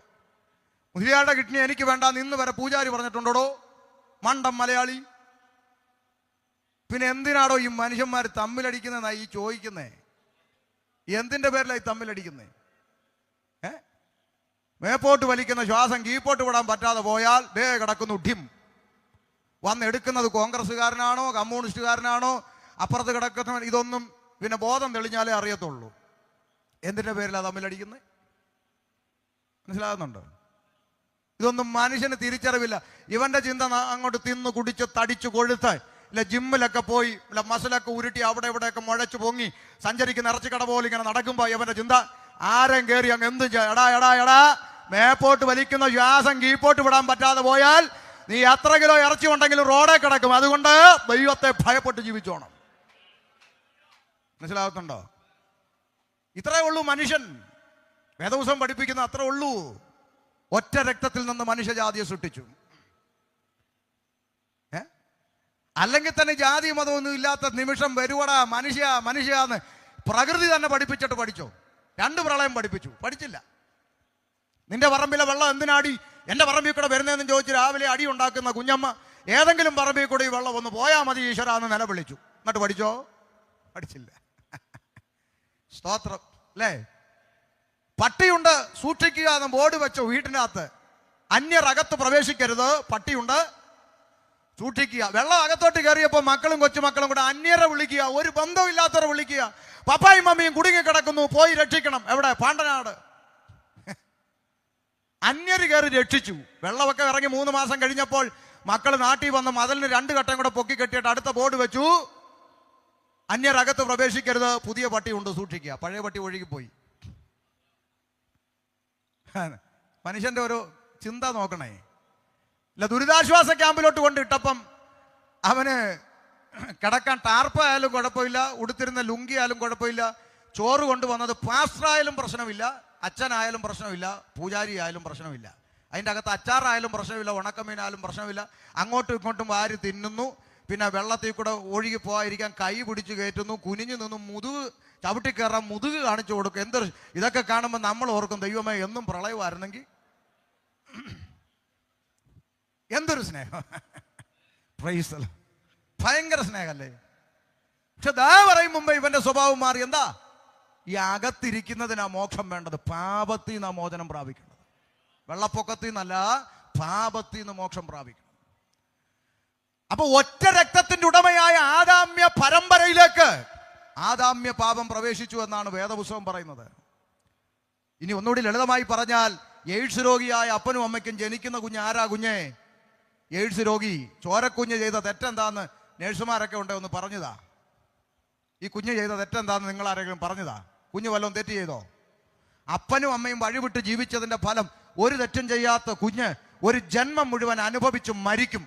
അത് ഇവിടുത്തെ മെഡിക്കൽ സമ്മതിക്കുന്നു, ഡിഗ്രി സമ്മതിക്കുന്നു, ശാസ്ത്രം സമ്മതിക്കുന്നു. കാരണം അവർക്കൊരു ഉത്തരവുണ്ട്. ഉപദേശി, അത് രക്തത്തിലൂടെ വന്നതാണ്. ഞങ്ങൾക്ക് ഒരു ഉത്തരവുണ്ട്. ഒറ്റ രക്തത്തിൽ നിന്നാണ്, ആദാമ്യ രക്തത്തിൽ നിന്നാണ് ഉലകത്തിലെ സകല മനുഷ്യനും സൃഷ്ടിക്കപ്പെട്ടത്. അതുകൊണ്ട് ഏകനാൽ പാപവും പാപത്താൽ മരണവും മനുഷ്യരിലേക്ക് പ്രവേശിച്ചിരിക്കുന്നു. സകല മനുഷ്യന്റെ അകത്ത് പാപം പ്രവേശിച്ചു. ഈ യാഥാർത്ഥ്യമാണ് മനുഷ്യൻ എന്ന് പറയുന്നവൻ തിരിച്ചറിയേണ്ടത്. ഈ പാപം അകത്ത് കുടിയിരിക്കുന്നു. ഹൃദയത്തിന്റെ അകത്ത് പാപം പ്രവേശിച്ചു. അടുത്ത ചിന്ത വേഗത്തിൽ പറയാം. പാപം മനുഷ്യന്റെ അകത്ത് പ്രവേശിച്ചപ്പോൾ മനുഷ്യന് സംഭവിച്ച ഏറ്റവും വലിയൊരു ദുരന്തത്തെ തിരുവചനം രേഖപ്പെടുത്തിയിരിക്കുന്നു. വായിക്കാം. റോമാലേഖനം 1-ാം അധ്യായം 21, 22, 23 തിരുവചനങ്ങളുടെ വേഗത്തിൽ. പാപം അകത്ത് കയറിയപ്പോൾ മനുഷ്യന് സംഭവിച്ച അനേക പരാജയങ്ങളുണ്ട്, ദുരന്തങ്ങളുണ്ട്. അതിൽ പ്രധാനപ്പെട്ട ഒരു പോയിന്റ് ഇവിടെ എഴുതി വച്ചിരിക്കുന്നു. വായിക്കാം. അവർ ദൈവത്തെ അറിഞ്ഞിട്ടും അവനെ ദൈവമെന്ന് ഓർത്ത് മഹത്വീകരിക്കുകയോ നന്ദി കാണിക്കുകയോ ചെയ്യാതെ തങ്ങളുടെ നിരൂപണങ്ങളിൽ വ്യർത്ഥരായി തീർന്നു. കേട്ടോ കേട്ടോ കേട്ടോ. മനുഷ്യൻ ദൈവത്തെ അറിഞ്ഞിട്ടും, ഒരു സൃഷ്ടാവുണ്ട്, ഒരു ഈശ്വരനുണ്ട്, സകലത്തെയും പടച്ചുണ്ടാക്കിയ ഒരു മഹാദൈവമുണ്ട്. മനുഷ്യൻ അറിയണം. എന്തിനാ ഈ ദൈവം ഉണ്ടെന്ന് വിശ്വസിക്കാൻ ഒത്തിരി തലച്ചോറൊന്നും വേണ്ടതേ. ഇപ്പം നമ്മൾ ഈ പല സ്ഥലങ്ങളിലും നല്ല 6 വരി പാതയും 4 വരി പാത ഹൈവേ നമ്മൾ കണ്ടിട്ടുണ്ട്. 1 വേ. ചേർത്തലയൊക്കെ കഴിഞ്ഞ് എറണാകുളത്തേക്ക് പോകുമ്പോൾ 1 വേ. പിന്നെ നമ്മൾ തൃശ്ശൂർ MC റോഡിൽ കൂടെ പോയാലും 1 വേ. ഈ 1 വേയിൽ നല്ല സിഗ്നൽ സംവിധാനവും നല്ല വീതിയും 3 വരി പാതയൊക്കെ ഉണ്ടായിട്ടും അവിടെ ഇവിടെയും 2-3 വണ്ടി ഇടിച്ചു കിടക്കുന്നത് നമ്മൾ കാണാറില്ലേ? ഇത്രയും സിസ്റ്റമാറ്റിക്കായിട്ട് ഇതിനെ കൊണ്ടുപോയിട്ടും ഇടി നടക്കുക. കണ്ണുകൾ ഉയർത്തി ആകാശത്തേക്കൊന്ന് നോക്കണം. ഈ ആകാശമണ്ഡലങ്ങളിലെ സൗരയൂഥങ്ങളിൽ ഭ്രമണപഥങ്ങളിൽ സഞ്ചരിച്ചു കൊണ്ടിരിക്കുന്ന ഒരു ഒറ്റ ഗ്രഹത്തിന് ഡ്രൈവർ ഉണ്ടോ? ഉണ്ടോ? ഡെയിലി 2 വീതം ഇടിച്ചുകൊണ്ടിരിക്കുവാണോ? അതിനെയൊക്കെ കൃത്യമായി കൺട്രോൾ ചെയ്യുന്ന ഒരു സർവശക്തന്റെ കരമില്ലാതെ ഒക്കുവോ? പറ. അപ്പൊ ഒരു ദൈവമുണ്ട്, ഒരു സൃഷ്ടാവുണ്ടെന്ന് മനുഷ്യൻ മനസ്സിലാക്കിയിട്ടും ആ സൃഷ്ടാവിന് കൊടുക്കേണ്ട നന്ദിയോ മഹത്വമോ കൊടുക്കാതെ മനുഷ്യൻ സ്വന്തമായ നിരൂപണങ്ങളിൽ ചിലത് ചെയ്യാൻ തുടങ്ങി. എന്താ? വായിക്കൂ കുഞ്ഞെ. അവരുടെ വിവേകമില്ലാത്ത ഹൃദയം ഇരുണ്ടുപോയി. അവരുടെ ഹൃദയത്തിന്റെ അകത്തൊരു ഇരുട്ട് പ്രവേശിച്ചു. ഈ ഇരുട്ടിനെ കുറിച്ച് കൊരിന്ത് ലേഖനത്തിൽ പൗലോസ് ഒന്നുകൂടി വ്യക്തമായി പറഞ്ഞു. ഈ സുവിശേഷത്തിന്റെ പ്രകാശനം ഹൃദയങ്ങളിൽ ശോഭിക്കാതിരിക്കാൻ ഈ ലോകത്തിലെ ദൈവം അഥവാ പിശാച് അഥവാ പാപം മനുഷ്യരുടെ ഹൃദയത്തെ കുരുടാക്കി ഇരുട്ടാക്കി വെച്ചിരിക്കുന്നു. അപ്പൊ മനുഷ്യന്റെ ഹൃദയത്തിന്റെ അകത്തേക്ക് പാപം എന്ന് പറയുന്ന ഇരുട്ട് പ്രവേശിച്ചെന്ന് അതാ വായിച്ചേ. ഇരുട്ട് പ്രവേശിച്ചപ്പോ മനുഷ്യൻ എന്ത് ചെയ്തു? വായിച്ചോ. ജ്ഞാനികൾ എന്ന് പറഞ്ഞുകൊണ്ട് അവർ മൂഢരായി പോയി. ഈ പാപം അകത്ത് കയറിയപ്പോ മനുഷ്യൻ ഒരു ചിന്ത. എന്താ ദൈവമക്കളെ? എനിക്കെല്ലാം അറിയാം, എന്നെ ആരും പഠിപ്പിക്കണ്ട. മനുഷ്യനൊരു ചിന്ത. ജ്ഞാനികൾ എന്ന് പറഞ്ഞു ഒരു കുന്തോ അറിയത്തില്ല, പക്ഷെ എനിക്കെല്ലാം അറിയാവുന്നൊരു ചിന്ത മനുഷ്യനെ അങ്ങ് ഭരിക്കാൻ തുടങ്ങി. ഞാൻ ഓർക്കുന്നത് വർഷങ്ങൾക്ക് മുമ്പ് തിരുവനന്തപുരത്ത് പാലോടെന്ന് പറഞ്ഞൊരു സ്ഥലത്ത് ഇതുപോലെ കൺവെൻഷന് പോയി. അപ്പം ഇച്ചിരി നേരത്തെ ചെന്നതുകൊണ്ടേ സംഘാടകൻ പാഷ പറഞ്ഞു, ഞങ്ങളുടെ അപ്പുറത്ത് ഞങ്ങളുടെ ഒരു അച്ചായനുണ്ട്. പുള്ളി വർഷങ്ങളായി ഈ കത്തോലിക്ക ബാക്ക്ഗ്രൗണ്ടിലൊക്കെ ഉള്ള മനുഷ്യനാ. ആയിക്കോട്ടെ, മനുഷ്യനാണല്ലോ. അതെ, നമുക്ക് അങ്ങോട്ടൊന്ന് പോയി ഇച്ചിരി നേരം ഒന്ന് സംസാരിക്കാം ആട്ടെ എന്ന് പറഞ്ഞു. അന്ന് ഞാൻ വിശ്വാസത്തിൽ വന്നിട്ട് വളരെ കുറേ വർഷങ്ങളെ കുറച്ചേ ആവുന്നുള്ളൂ. അപ്പം ഞാൻ അങ്ങോട്ട് ചെന്ന്, അച്ഛാ എന്നാ ഉണ്ട്? സന്തോഷമായിരിക്കുന്നു ഉപദേശി. ഇരുന്നാട്ടോ. അങ്ങനെ ഇരുന്ന് വർത്താനമൊക്കെ പറഞ്ഞു. അപ്പം കർത്താവിനെ കുറിച്ച് പറഞ്ഞു തുടങ്ങിയപ്പം അച്ഛൻ കൈയെടുത്ത് കാണിച്ചിട്ട് പറഞ്ഞു, മോനെ എനിക്ക് വയസ്സ് 54 കേട്ടോ. ഞാൻ പറഞ്ഞു മനസ്സിലായില്ല. 54 വർഷമായിട്ട് ക്രിസ്ത്യാനിയായിട്ട് ജീവിക്കുന്ന എൻ്റെ അടുത്താണോ ഇന്നലെ ഇങ്ങോട്ട് വന്ന മോൻ? കണ്ടോ, ഇന്നലെ വന്ന മോൻ യേശുവിനെ കുറിച്ച് എന്നുവെച്ചാൽ 54 വർഷമായിട്ട് ക്രിസ്ത്യാനിയാന്ന്. അപ്പൊ ഇനി പറഞ്ഞിട്ട് കാര്യമില്ലെന്ന് മനസ്സിലാക്കി ഞാൻ പറഞ്ഞു, എന്നാ പിന്നെ ആട്ടെ അച്ഛാ, ദൈവം അനുഗ്രഹിക്കട്ടെ. ഒന്ന് പ്രാർത്ഥിക്കുന്നതിൽ പിന്നെ പ്രാർത്ഥിക്കുന്നതിന് എന്നാ, പ്രാർത്ഥിച്ചാട്ടെ. പ്രാർത്ഥിക്കാൻ എഴുന്നേറ്റ് നിന്നപ്പം ചുമ്മാ ഒരു കൗതുകത്തിന് മനസ്സിൽ തോന്നിയ ഒരു ചിന്ത, ഞാൻ ചുമ്മാ ഒരു കൗതുകത്തിന് ചോദിച്ചു, അച്ഛാ ഞാൻ 54 വർഷമായിട്ട് ക്രിസ്ത്യാനിയാണല്ലോ, അതെ യേശുവിൻ്റെ പേരെന്നാ അച്ഛാ? യേശുവിൻ്റെ പേരെന്താന്ന് ചുമ്മാ ചോദിച്ചതാ. സൺഡേ ക്ലാസ്സിലെ പിള്ളേരോട് ചോദിച്ചാൽ മതി, അവർ പറയും. എന്നാലും 54 വർഷം ക്രിസ്ത്യാനിയായിട്ടുണ്ടെന്ന് ചോദിച്ചു, യേശുവിൻ്റെ പേരെന്താന്ന് ചോദിച്ചു. പുള്ളി പറഞ്ഞ പോലെ ഞാനങ്ങ് പറഞ്ഞാൽ, യാശുവിൻ്റെ പേര് യാശു, ഇപ്പം വേറെ എന്തൊരു പേരിരിക്കണം യാശുവിനെന്ന്. യാശുവിൻ്റെ പേര് യാശു, ഇപ്പം വേറെ എന്തൊരു പേരിരിക്കണം യേശുവിനെന്ന്. Price hello. അപ്പോൾ നിങ്ങളും ചിലർ കണ്ണും തള്ളിയിരിക്കും, വേറെ പേരുണ്ടോന്ന്. ദൈവം നമ്മോടുകൂടെ എന്നർത്ഥമുള്ള ഇമ്മാനുവേൽ എന്നവന് പേർ വിളിക്കപ്പെടും. Price hello. 54 വർഷം ക്രിസ്ത്യാനിയായ അച്ചായനെ അറിയേണ്ടതൊന്നും, ചിലരുടെയൊക്കെ ചിന്ത അങ്ങനെ, ഞാൻ എത്ര വർഷമായി പള്ളിയിൽ പോകുന്നു, ഞാൻ എത്ര വർഷമായി ക്രിസ്ത്യാനിയായിട്ട് ജീവിക്കുന്നു എന്നൊന്നും പറഞ്ഞാൽ പോരാ. വല്ലപ്പോഴും പുസ്തകം വായിക്കണം. പുസ്തകം എടുത്ത് ഷോക്കേഴ്സിൽ വെച്ച് കറണ്ട് ചാർജിൻ്റെ കോപ്പിയും കരവടച്ചതിൻ്റെ രസീതും തൊഴിലുറപ്പിൻ്റെ ചീട്ടും നോട്ടീസും വെച്ച് പുസ്തകം എടുത്ത് ഷോക്കേഴ്സിൽ കയറ്റി വെച്ച് ചെമ്പരത്തിപ്പൂവും പറിച്ചിട്ട് ചന്ദനത്തിരിയും കത്തിച്ച് പുകച്ച് അവിടെ വെച്ചേച്ച് റോഡിൽ കൂടെ ഓലക്കാലം പിടിച്ചുകൊണ്ട് നടന്നാൽ പുസ്തകം അറിയാൻ പറ്റത്തില്ല. പുസ്തകം തുറന്ന് വായിക്കണം. മനസ്സിലാകുന്നുണ്ടോ? അപ്പൊ ശ്രദ്ധിച്ച്, ഏകനാൽ പാപവും പാപത്താൽ മരണവും ലോകത്തിൽ പ്രവേശിച്ചു. പാപം അകത്തേക്ക് കടന്നപ്പോൾ മനുഷ്യൻ എന്ത് ചെയ്തു? ജ്ഞാനികളെന്ന് പറഞ്ഞുകൊണ്ട് മൂഢരായി പോയി. എന്നിട്ട് എന്താ ചെയ്തതെന്ന് നോക്കിയേ, വായിക്കേ. അക്ഷയനായ ദൈവത്തിന്റെ മഹാദൈവത്തിന്റെ തേജസ്സിനെ അവർ ക്ഷയമുള്ള മനുഷ്യൻ, പക്ഷി, നാൽക്കാലി, ഇഴജാതി എന്നിവയുടെ രൂപസാദൃശ്യമായി മാറ്റിക്കളഞ്ഞു. മഹാദൈവത്തെ ഈ ഇരുകാലി മനുഷ്യൻ എന്തൊക്കെയാക്കി മാറ്റി? പക്ഷി. ഇവര് പറയട്ടെന്ന് പുസ്തകം അവരുടെ കയ്യിലില്ലേ? എന്നാ ക്ഷയമുള്ള മനുഷ്യൻ. അപ്പൊ സൃഷ്ടാവിനെ അങ്ങ് മറന്നിട്ട് ഇവര് മനുഷ്യന്മാരെ പിടിച്ച് ദൈവമാക്കി. അപ്പൊ ആൾ ദൈവങ്ങളുണ്ടായി. ഇപ്പൊ കേരളത്തിൽ ആൾ ദൈവങ്ങളെ തട്ടിയിട്ട് നടക്കാൻ മേല. മുക്കിന് ആൾ ദൈവങ്ങൾ എഴുന്നേറ്റ് വരിക. നാളെ ഞാനും പത്രത്തിൽ കണ്ടു, കേരളത്തിൽ അറിയപ്പെടുന്ന ഒരാൾ ദൈവത്തിന് പനിയാ, പ്രാർത്ഥിക്കണമെന്ന്. എന്നാലും ചിലതിന് ഉണ്ടെന്നില്ല ആരും. ദേ മനുഷ്യനെ പിടിച്ച് മഹത്വം കൊടുത്തേക്കുന്നെന്ന്. ക്ഷയമുള്ള മനുഷ്യൻ, അടുത്തത് പക്ഷി, അടുത്തത് നാൽക്കാലി, അടുത്തത് ഇഴജാതി. ദൈവത്തിന് കൊടുക്കേണ്ട മഹത്വം ദേ പിച്ചി പങ്കുവെച്ചു. ഇവിടെ പാരമ്പര്യം പറയുന്ന ക്രിസ്ത്യാനി കാതു തുറന്ന് കേട്ടോ. ആമേൻ. ഇവിടെ 4ആയിട്ടാ പറഞ്ഞത്. ക്ഷയമുള്ള മനുഷ്യൻ, പക്ഷി, നാൽക്കാലി, ഇഴജാതി. മനുഷ്യൻ, പക്ഷി, നാൽക്കാലി, ഇഴജാതി. പാരമ്പര്യം പറയുന്ന ക്രിസ്ത്യാനി ഇതിനെ 4നെയും കൂടെ ഒന്നിച്ച് ഒരു കണ്ണാടി കൂട്ടിലാക്കി ജംഗ്ഷനിൽ വെച്ച് മഹത്വം കൊടുത്തോണ്ടിരിക്കുക. മനുഷ്യൻ, നാൽക്കാലി, ഇഴജാതി. അപ്പൊ നിങ്ങൾ ചോദിക്കും പക്ഷി എന്ത് ചെയ്യുന്നു? വീട്ടിൽ പോയി പടത്തെ കണ്ണ് തള്ളി ഒന്ന് നോക്കണം. 2 ചിറക് ഇങ്ങനെ വരച്ചു വെച്ചേക്കുന്ന കാണാം. ആളിനെ പിടി കിട്ടിയില്ലെന്ന് തോന്നുന്നു. കിട്ടി. 4നെയും കൂടെ ഒന്നിച്ച് കൂട്ടി കയറ്റി ATM അടിച്ച് ജംഗ്ഷനിൽ. നാണോ ഇല്ലയോടോ ക്രിസ്ത്യാനി? വേദപുസ്തകം തെളിവായി പറയുക, പാപം അകത്തിരിക്കുന്നതിന്റെ ലക്ഷണമായത് സൃഷ്ടാവിന് മറന്നുപോയി. സൃഷ്ടാവിന് കൊടുക്കേണ്ട മഹത്വം പങ്കുവെച്ചെന്ന് മനുഷ്യൻ, പക്ഷി, നാൽക്കാലി, ഇഴജാതി എന്നിവിടെ രൂപസാദൃശ്യമാക്കി സൃഷ്ടാവിനെ മനുഷ്യൻ മാറ്റിക്കളഞ്ഞു. പാപമകത്ത് ചെന്നു. അപ്പൊ മനുഷ്യൻ പാപത്തിൽ അടിമപ്പെട്ടു. സൃഷ്ടാവിനെ മറന്നുപോയി. ഈ മനുഷ്യനെ രക്ഷിപ്പാൻ ദൈവം മുന്നോട്ട് വെച്ച രക്ഷാ പദ്ധതി 1, മനുഷ്യന്റെ മുമ്പിൽ ദൈവം പ്രമാണം കൊടുത്തു. വിശദീകരിക്കാൻ നേരം പോരാ. ന്യായപ്രമാണം മോശ മുഖാന്തരം കൊടുത്തു. എന്തിനാ? തെറ്റും ശരിയും തിരിച്ചറിയണമെങ്കിൽ നിയമം വേണം, അല്ലേ?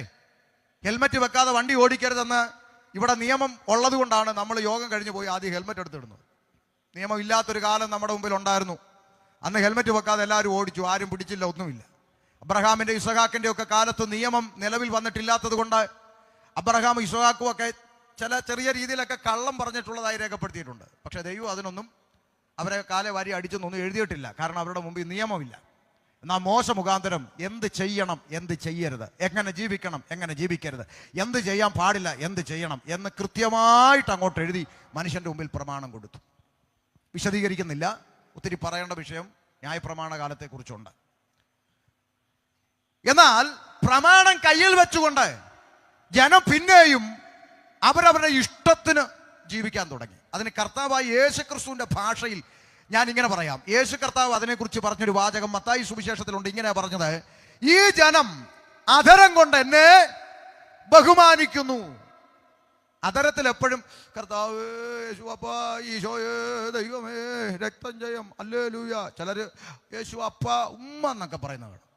ആയിക്കോട്ടെ, അധരം കൊണ്ട് എന്നെ ബഹുമാനിക്കുന്നു. പക്ഷെ അടുത്ത വാക്കെന്തെന്നറിയാമോ?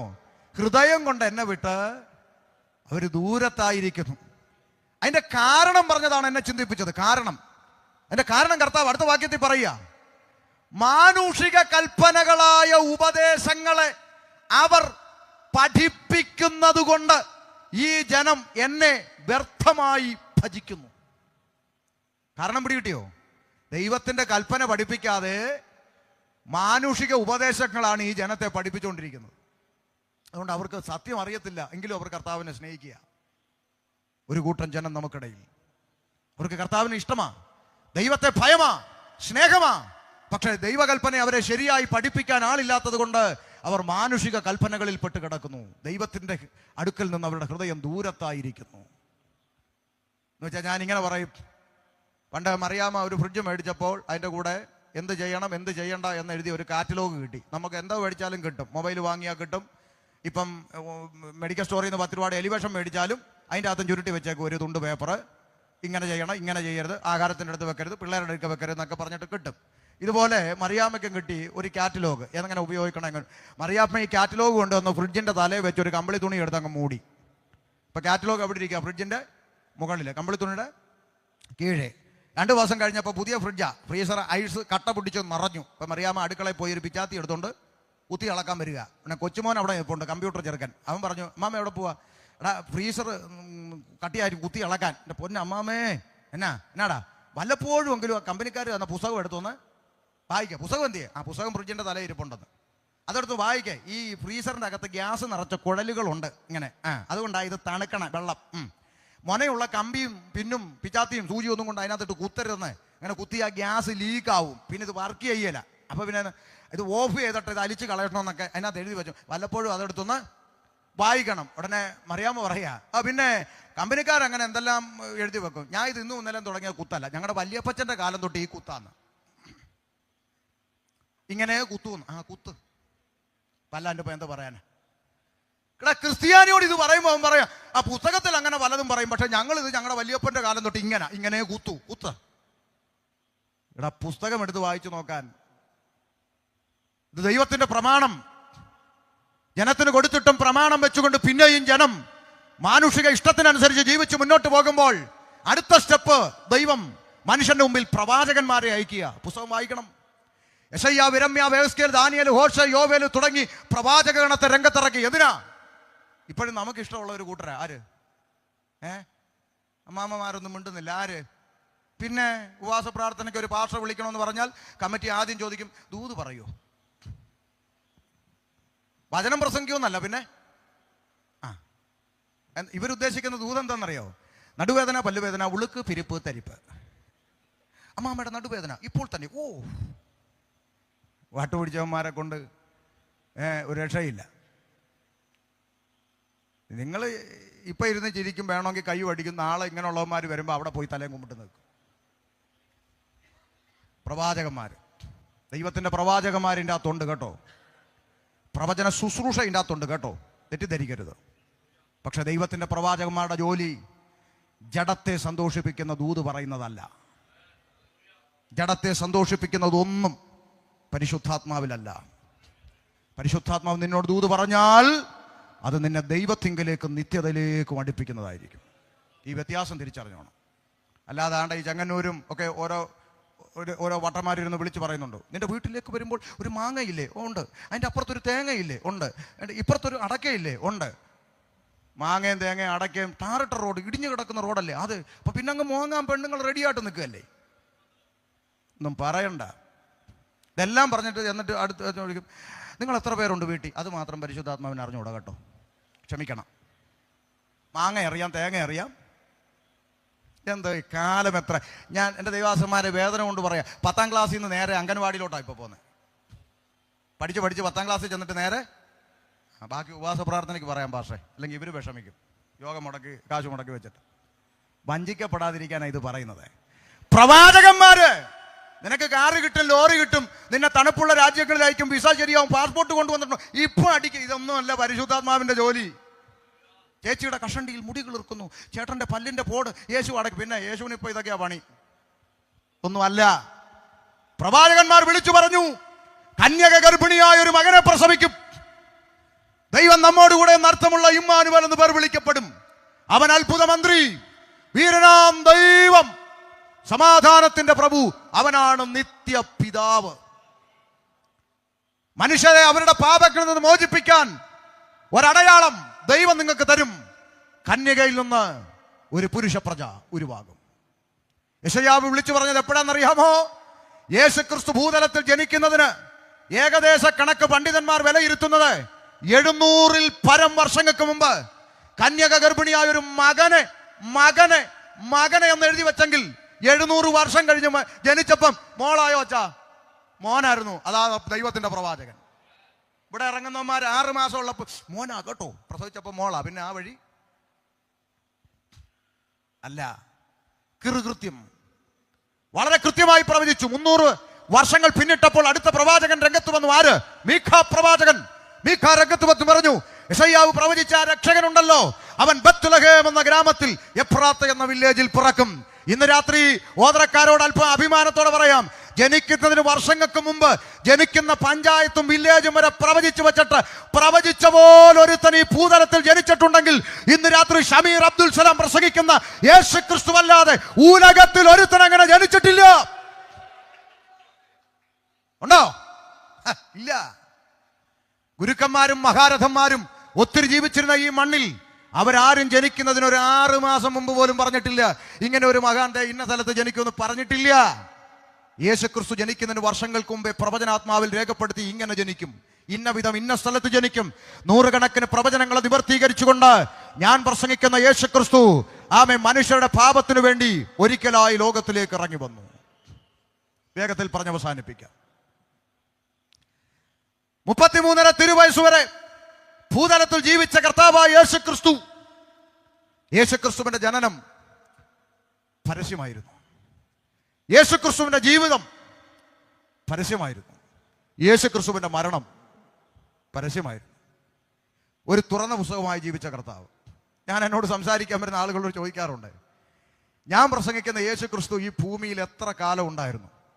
അത്രയും കാലം വരെ യേശു പറഞ്ഞത് ഇന്നും ഞങ്ങൾക്ക് പറയാം, യേശു ചെയ്തത് ഇന്നും ചെയ്യാം, നാളെ ജനിക്കാൻ പോകുന്ന ഒരു കുഞ്ഞിനും അത് ചെയ്യാം, ഏത് കാലഘട്ടത്തിലും ചെയ്യാം. നിങ്ങളുടെ നേതാക്കന്മാർ പറഞ്ഞതും പഠിപ്പിച്ചതുമല്ലോ ഇന്ന് ചെയ്യാൻ തുടങ്ങിയാൽ അകത്ത് കിടന്ന് ഉണ്ട തിന്നുവേ എന്ന് പറയാറുണ്ട്. മനസ്സിലായോ? ഇന്ന് ചെയ്യാൻ പറ്റത്തില്ല. എന്നാൽ യേശു പഠിപ്പിച്ചത് എല്ലാ കാലത്തുമുള്ളവർക്കും ചെയ്യാം. തുറന്ന പുസ്തകം, മാതൃകയുള്ള ജീവിതം. സർവ്വമനുഷ്യന്റെയും പാപത്തിന് പരിഹാരം വരുത്തുവാൻ പാപത്തിന്റെ ശമ്പളമാകുന്ന മരണമെന്ന ശിക്ഷാവിധി ചുമലിൽ ഏറ്റെടുത്തുകൊണ്ട് ഞാൻ പ്രസംഗിക്കുന്ന യേശുക്രിസ്തു കാൽവരിയുടെ കൊലക്കളത്തിലേക്ക് നടന്നു കയറി. ഇന്ന് രാത്രി പുറം കണ്ണടച്ച് അകക്കണ്ണ് തുറന്ന് കാൽവരിയിലേക്ക് നോക്കിയാൽ ഒരു കാഴ്ച കാണാം. ആയിരങ്ങളിൽ പതിനായിരങ്ങളിൽ സുന്ദരനായവൻ, വെണ്മയും ചുവപ്പുമുള്ളവൻ, എന്റെ പ്രിയനെന്ന് ശൂനേങ്കാരത്തി പറഞ്ഞപ്പോൾ അപ്പുറത്തെ പ്രവാചകൻ വിളിച്ചു പറഞ്ഞു, അല്ലല്ല, അവനെ കണ്ടാൽ ആളല്ല എന്ന് തോന്നുമാർ അവൻ വിരൂപനാണ്. അവനെ കണ്ടാൽ രൂപഗുണമില്ല, അവൻ ആഗ്രഹിക്കത്തക്ക സൗന്ദര്യമില്ല. ഒന്ന് ചിന്തിക്കണം, ആയിരങ്ങളിൽ പതിനായിരങ്ങളിൽ സുന്ദരനായവൻ, വെണ്മയും ചുവപ്പുമുള്ള ഇവൻ എന്തു പറ്റി? കാൽവരിയുടെ കൊലക്കളത്തിൽ എന്നെയും നിന്നെയും രക്ഷിപ്പാൻ. ആമേൻ. കാൽവരിയിൽ പീഡനങ്ങൾ ഏറ്റുവാങ്ങിക്കൊണ്ട് ഒരു മാംസക്കഷ്ണത്തെ തൂക്കിയിട്ടിരിക്കുന്നത് പോലെ കാൽവരിയുടെ കൊലക്കളത്തിൽ പിടയുന്ന യേശുക്രിസ്തുവിനെ ഇന്ന് രാത്രി എത്ര ഹൃദയങ്ങളിൽ കാണാൻ സാധിക്കുന്നുണ്ട്. മറക്കരുത്, എന്നെയും നിന്നെയും പാപത്തിന്റെ പടുകുഴിയിൽ നിന്ന് രക്ഷിപ്പാൻ എൻ്റെ യേശു കാൽവരിയിൽ എനിക്കും നിനക്കും പകരമായി യാഗമായി മാറി. അരിമത്യക്കാരനായ യോസേഫിന്റെ കല്ലറക്കൽ യേശുക്രിസ്തുവിന്റെ ഭൗതിക ശരീരം അടക്കം ചെയ്യപ്പെട്ടു. ഞാനിങ്ങനെ പറയാം, ഒരു ബാങ്കിന്റെ മുമ്പിൽ പോലീസ് കാവൽ നിൽക്കുന്നത് നമുക്ക് മനസ്സിലാക്കാം. ഒരു ATM കൗണ്ടറിന്റെ മുമ്പിൽ പോലീസും സെക്യൂരിറ്റി നിൽക്കുന്നത് നമുക്ക് മനസ്സിലാക്കാം. ഒരു ഡെഡ് ബോഡിയുടെ മുമ്പിൽ പട്ടാളക്കാർ തോക്കും കൊണ്ട് നിൽക്കേണ്ട ആവശ്യമുണ്ടോ? ഡെഡ് ബോഡി ആരെങ്കിലും എടുത്തുകൊണ്ട് പോവോ?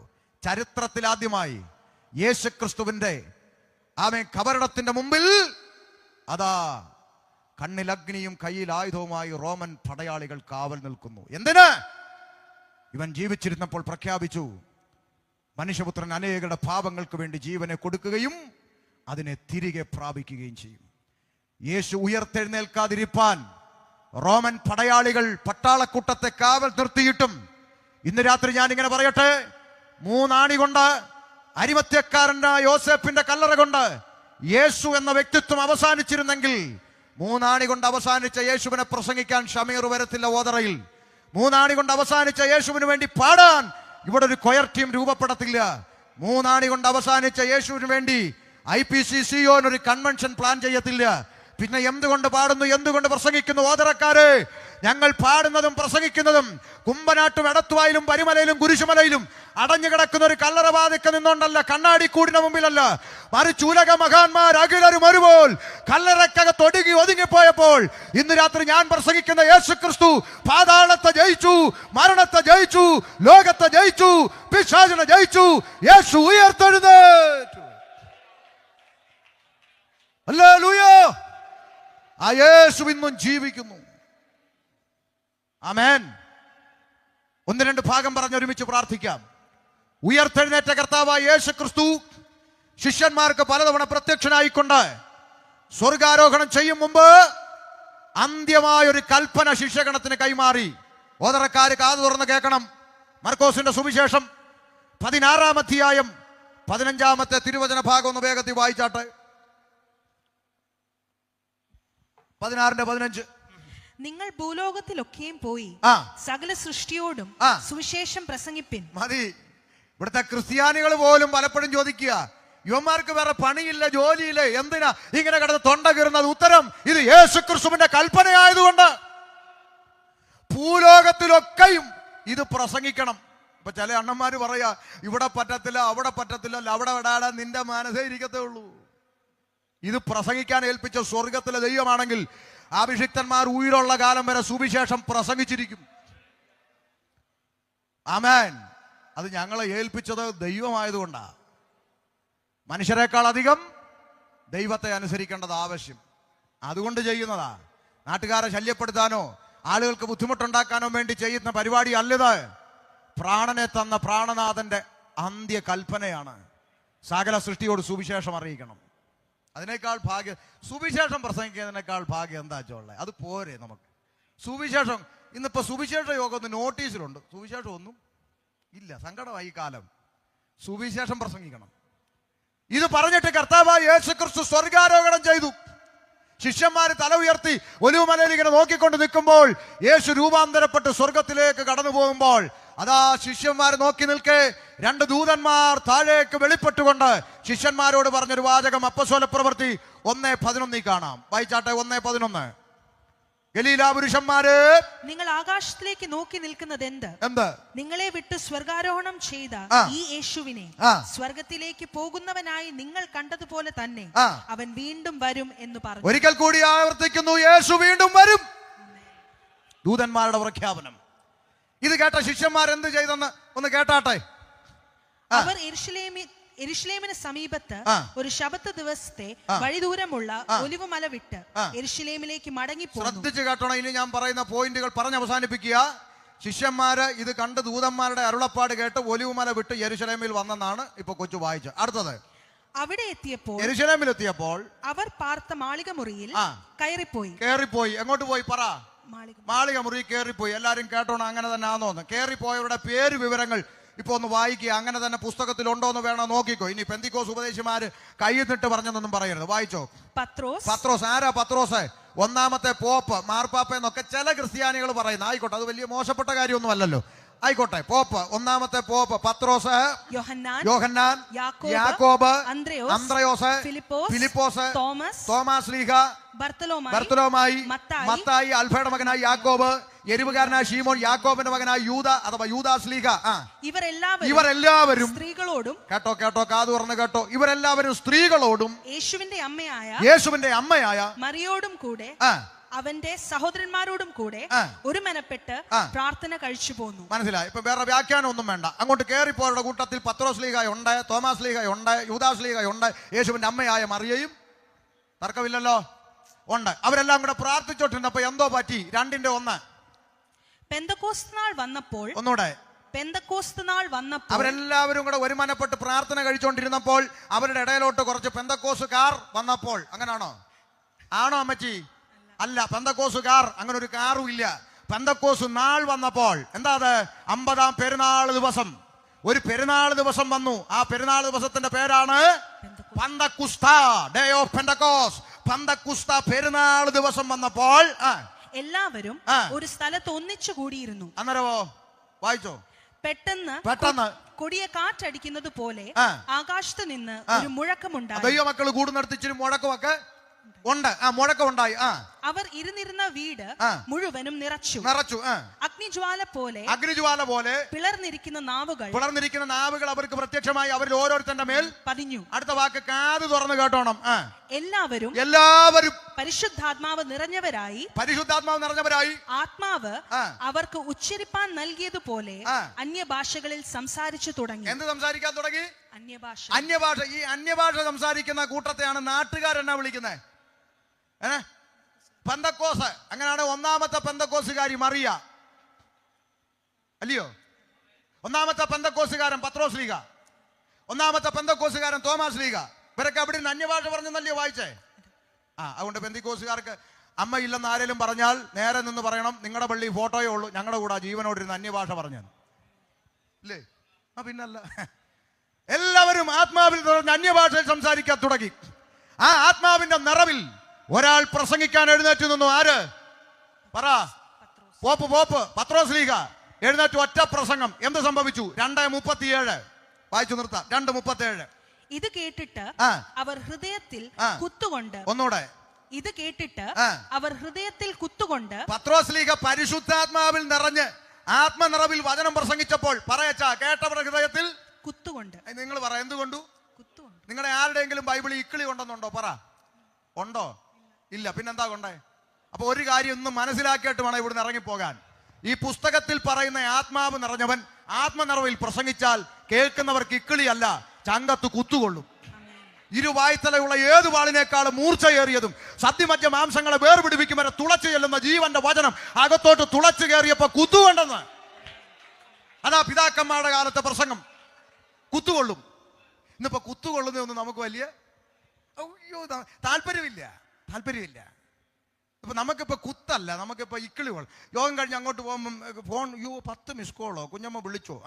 എന്നാ അമ്മാമ്മയെ വിളിച്ച യോഗത്തിലായിരുന്നു, അതാ എടുക്കാഞ്ഞ്. ആണോ? എങ്ങനെ ഉണ്ടായിരുന്നു യോഗം? യോത് പറയണ്ട മാമേ, ചിരിച്ച്. ഇതാ ഇന്നത്തെ അവസ്ഥ.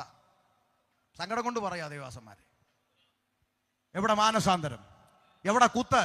ഒന്നുമില്ല. ഒരു കോമഡി പോലെ കടന്നു പോവുക. ഇന്ന് രാത്രി മനം തിരിയണം. ഇന്ന് രാത്രി മാനസാന്തരം ഉണ്ടാകണം.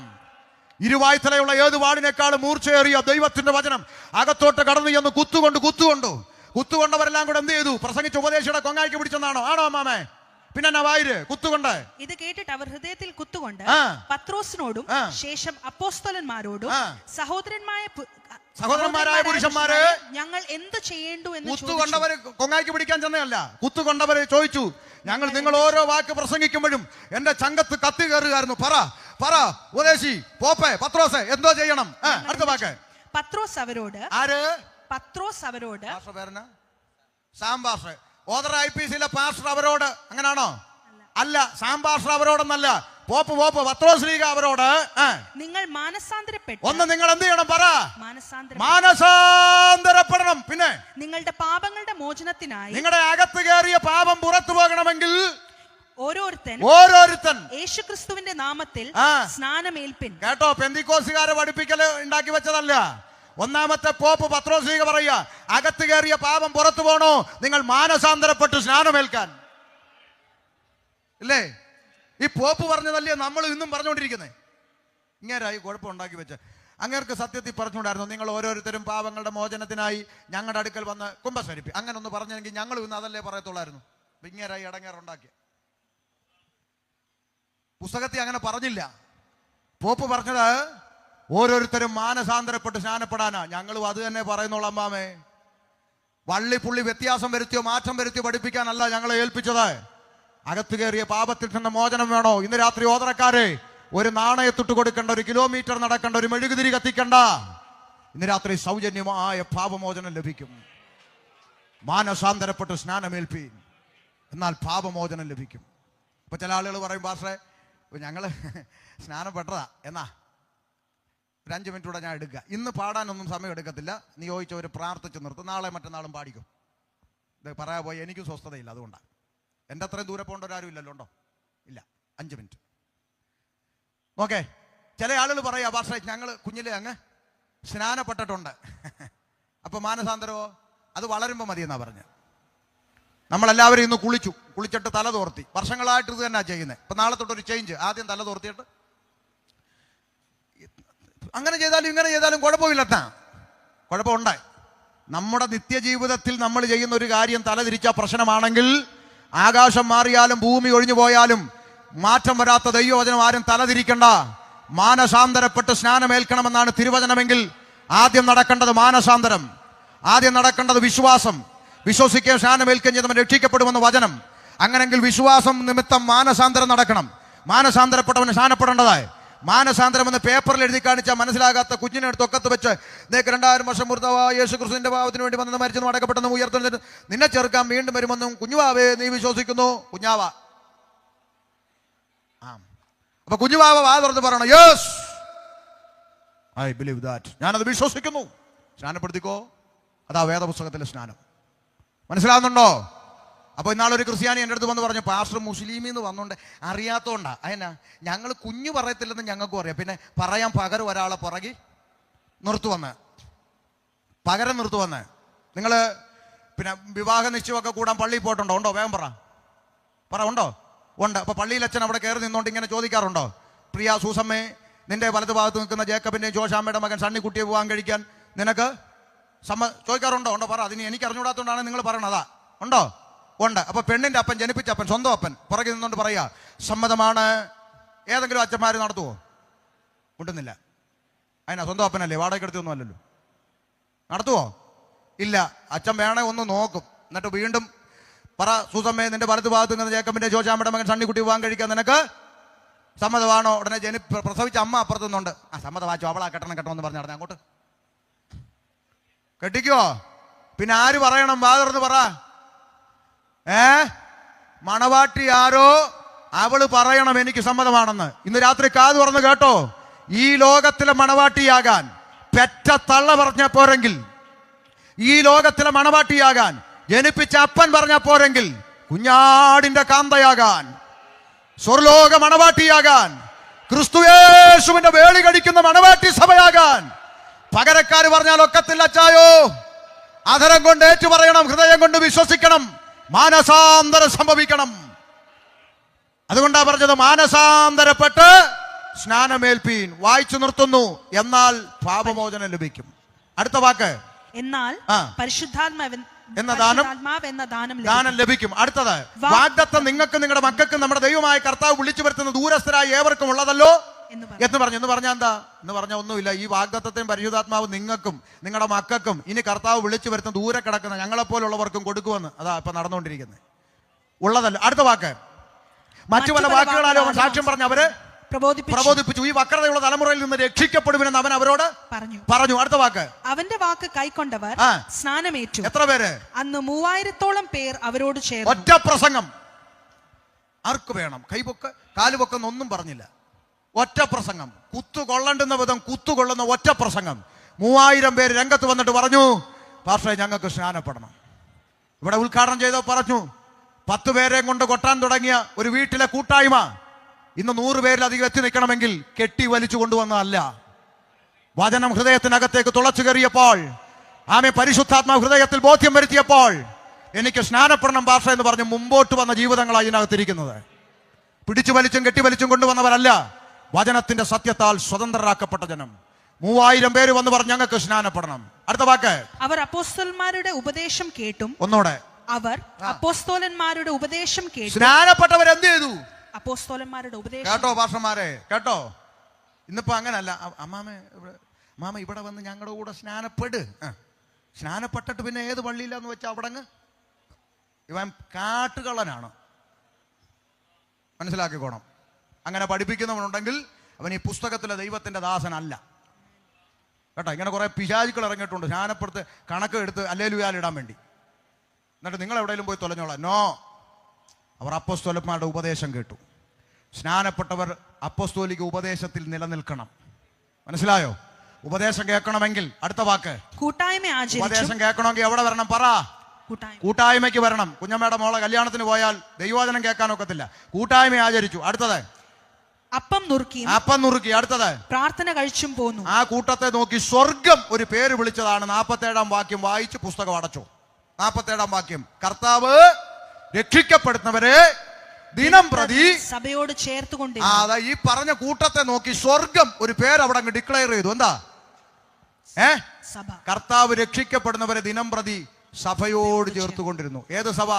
ആകാശമുട്ട ഗോപുരം പോലെ കെട്ടിവെച്ചിരിക്കുന്ന പള്ളിയെ നോക്കിയല്ല പറഞ്ഞത്. മാനസാന്തരപ്പെട്ട കൂട്ടം, ആമേൻ, രക്ഷിക്കപ്പെട്ട കൂട്ടം, സ്നാനപ്പെട്ട കൂട്ടം, ആത്മനിറവ് പ്രാപിച്ച കൂട്ടം, ഉപദേശമുള്ള കൂട്ടം, അപ്പം നുറുക്കി പ്രാർത്ഥന കഴിക്കുന്ന ആ കൂട്ടം. അത് പുഴവക്കത്ത് കൂടിയാലും മരച്ചവട്ടി കൂടിയാലും കെട്ടടത്തെ കൂടിയാലും ടെറസിന് മേലെ കൂടിയാലും ചന്ത മൈതാനത്ത് കൂടിയാലും ആ കൂട്ടത്തെ നോക്കി സ്വർഗം വിളിച്ച പേരാണ് സഭ. ഇന്ന് രാത്രി ഒരു വാക്ക് പറഞ്ഞു നിർത്തുന്നു. അവൻ പാപം കൂടാതെ രണ്ടാമതും പ്രത്യക്ഷനാകും എന്ന് കുറിവാക്യത്തിൽ വായിച്ചത് എന്തിന്? ഈ പറയപ്പെട്ട സഭയെ നിത്യതയിലേക്ക് ചേർക്കുവാൻ. ജാതി മത വർണ്ണവർഗ വ്യത്യാസമില്ലാതെ സകല ഗോത്രങ്ങളിൽ നിന്നും ഭാഷകളിൽ നിന്നും വംശങ്ങളിൽ നിന്നും ജാതികളിൽ നിന്നും രക്തം കൊടുത്ത് വിലയ്ക്ക് വാങ്ങി ഷമീറും സിയാദും നസീറും നാരായണനും ഗോപാലനും മുഹമ്മദ് കൃഷ്ണനും ചാക്കോച്ചനും തോമത്തൂട്ടിയും ഒന്നിച്ചിരുന്ന് ഒരേ ദൈവത്തെ ആരാധിക്കുന്ന ഒരൊറ്റ സ്ഥലം ദൈവസഭ. ആ ദൈവസഭയെ ചേർക്കുവാൻ താമസം വിന കർത്താവ് വാനമേഘ വെളിപ്പെടാൻ പോവുകയാണ്. ഒരു നിമിഷം നമ്മെ തന്നെ ദൈവകരങ്ങളിൽ ഏൽപ്പിക്കാം. ഇന്ന് രാത്രി ആ കാഹളം ധ്വനിക്കോ അറിയില്ല. ഇന്ന് രാത്രി യോഗം കഴിഞ്ഞ് ക്ഷേമത്തോടെ ഭവനത്തിൽ ചെന്ന് എത്താൻ കഴിയുമോ അറിയില്ല. ഭവനത്തിൽ ചെന്ന് കിടന്ന് ഇന്ന് രാത്രി ഉറങ്ങുന്ന നീ നാളെ എഴുന്നേക്കുമോ അറിയില്ല. അതുകൊണ്ട് വേദപുസ്തകം പറയുന്നു, ഇതാകുന്നു രക്ഷാ ദിവസം, ഇതാകുന്നു സുപ്രസാദ കാലം. ഇന്ന് രാത്രി മാറാത്തൊരു തീരുമാനം എടുത്തിട്ട് വേണം ഈ പന്തൽ വിട്ടു പോകാൻ. കർത്താവേ, ഇന്ന് രാത്രി എൻ്റെ പ്രാണനെ വിട്ടാൽ ഞാൻ കൂട്ടിവെച്ചതും ഒരുക്കി വെച്ചതും ഒക്കെ ആർക്കാകും? ഇന്ന് രാത്രി കാഹളം ധ്വനിച്ചാൽ ഞാൻ ഈ ദൈവകൽപ്പന അനുസരിച്ചിട്ടില്ലെങ്കിൽ എൻ്റെ ആത്മാവിൻ്റെ നിത്യത ഞാൻ എവിടെ ചെലവഴിക്കും? ഈ ചോദ്യങ്ങൾക്ക് മറുപടി പ്രാപിച്ച് ഇന്ന് രാത്രി കടന്നു പോകാൻ സ്വർഗത്തിലെ ദൈവം നിങ്ങളെ അനുഗ്രഹിക്കട്ടെ, സഹായിക്കട്ടെ.